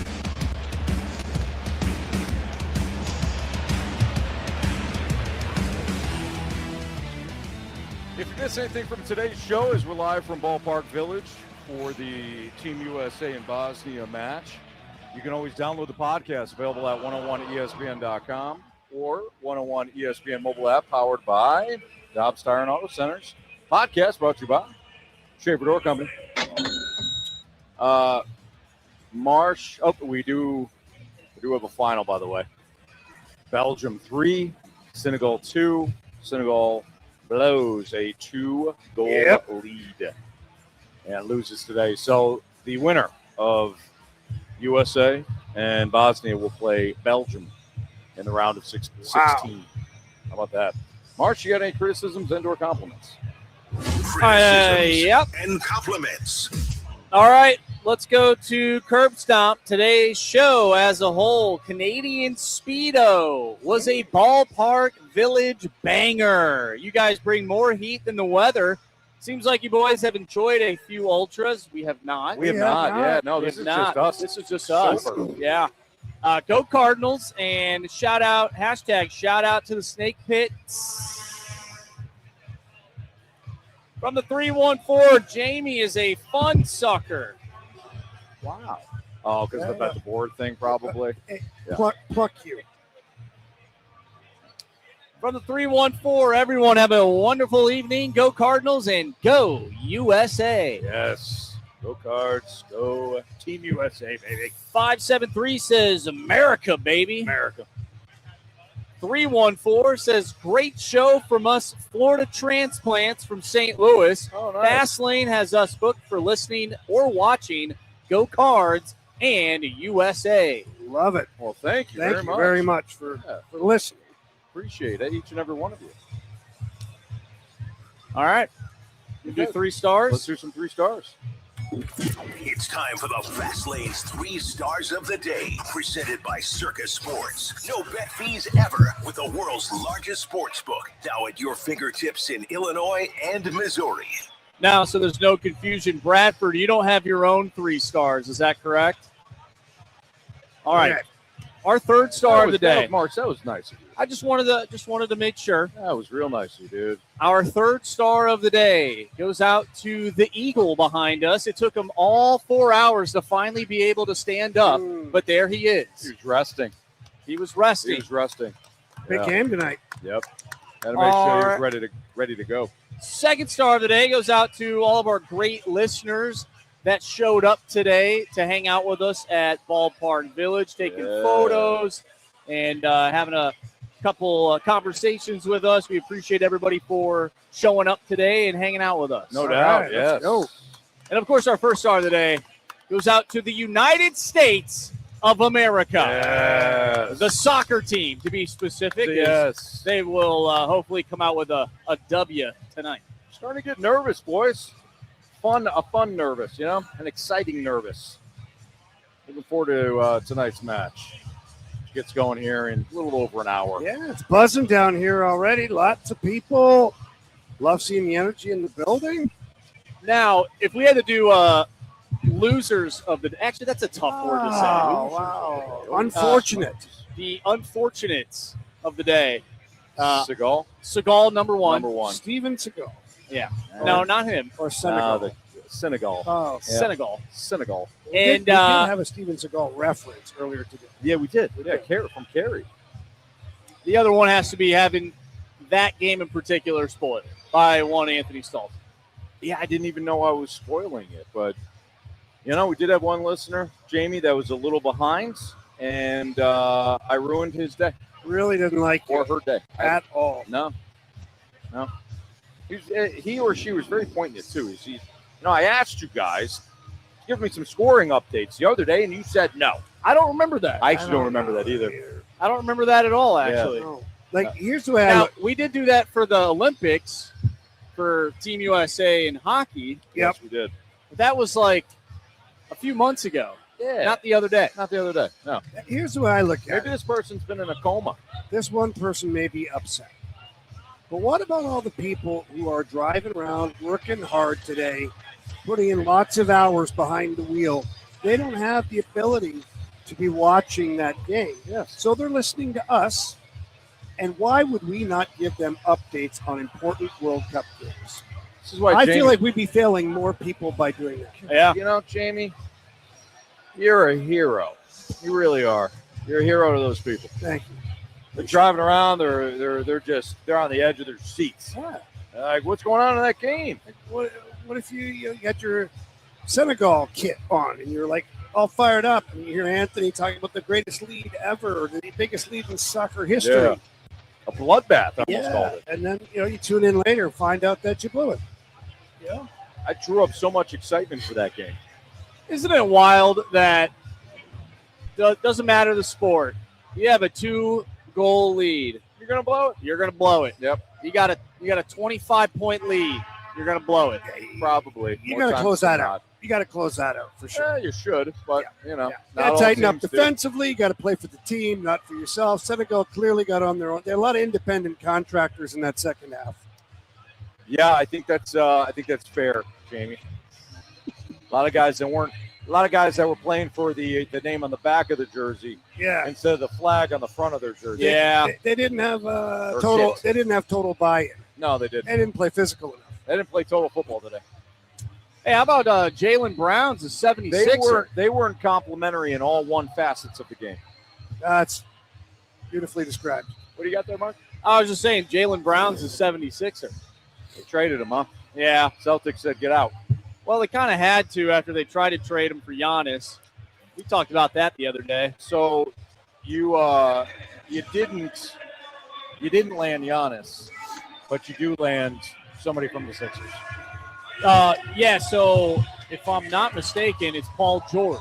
Oh, well, there you So go. it's not a nobody. It's Paul George. It's Is that Jeff's brother? Yeah, Jeff George. Yeah.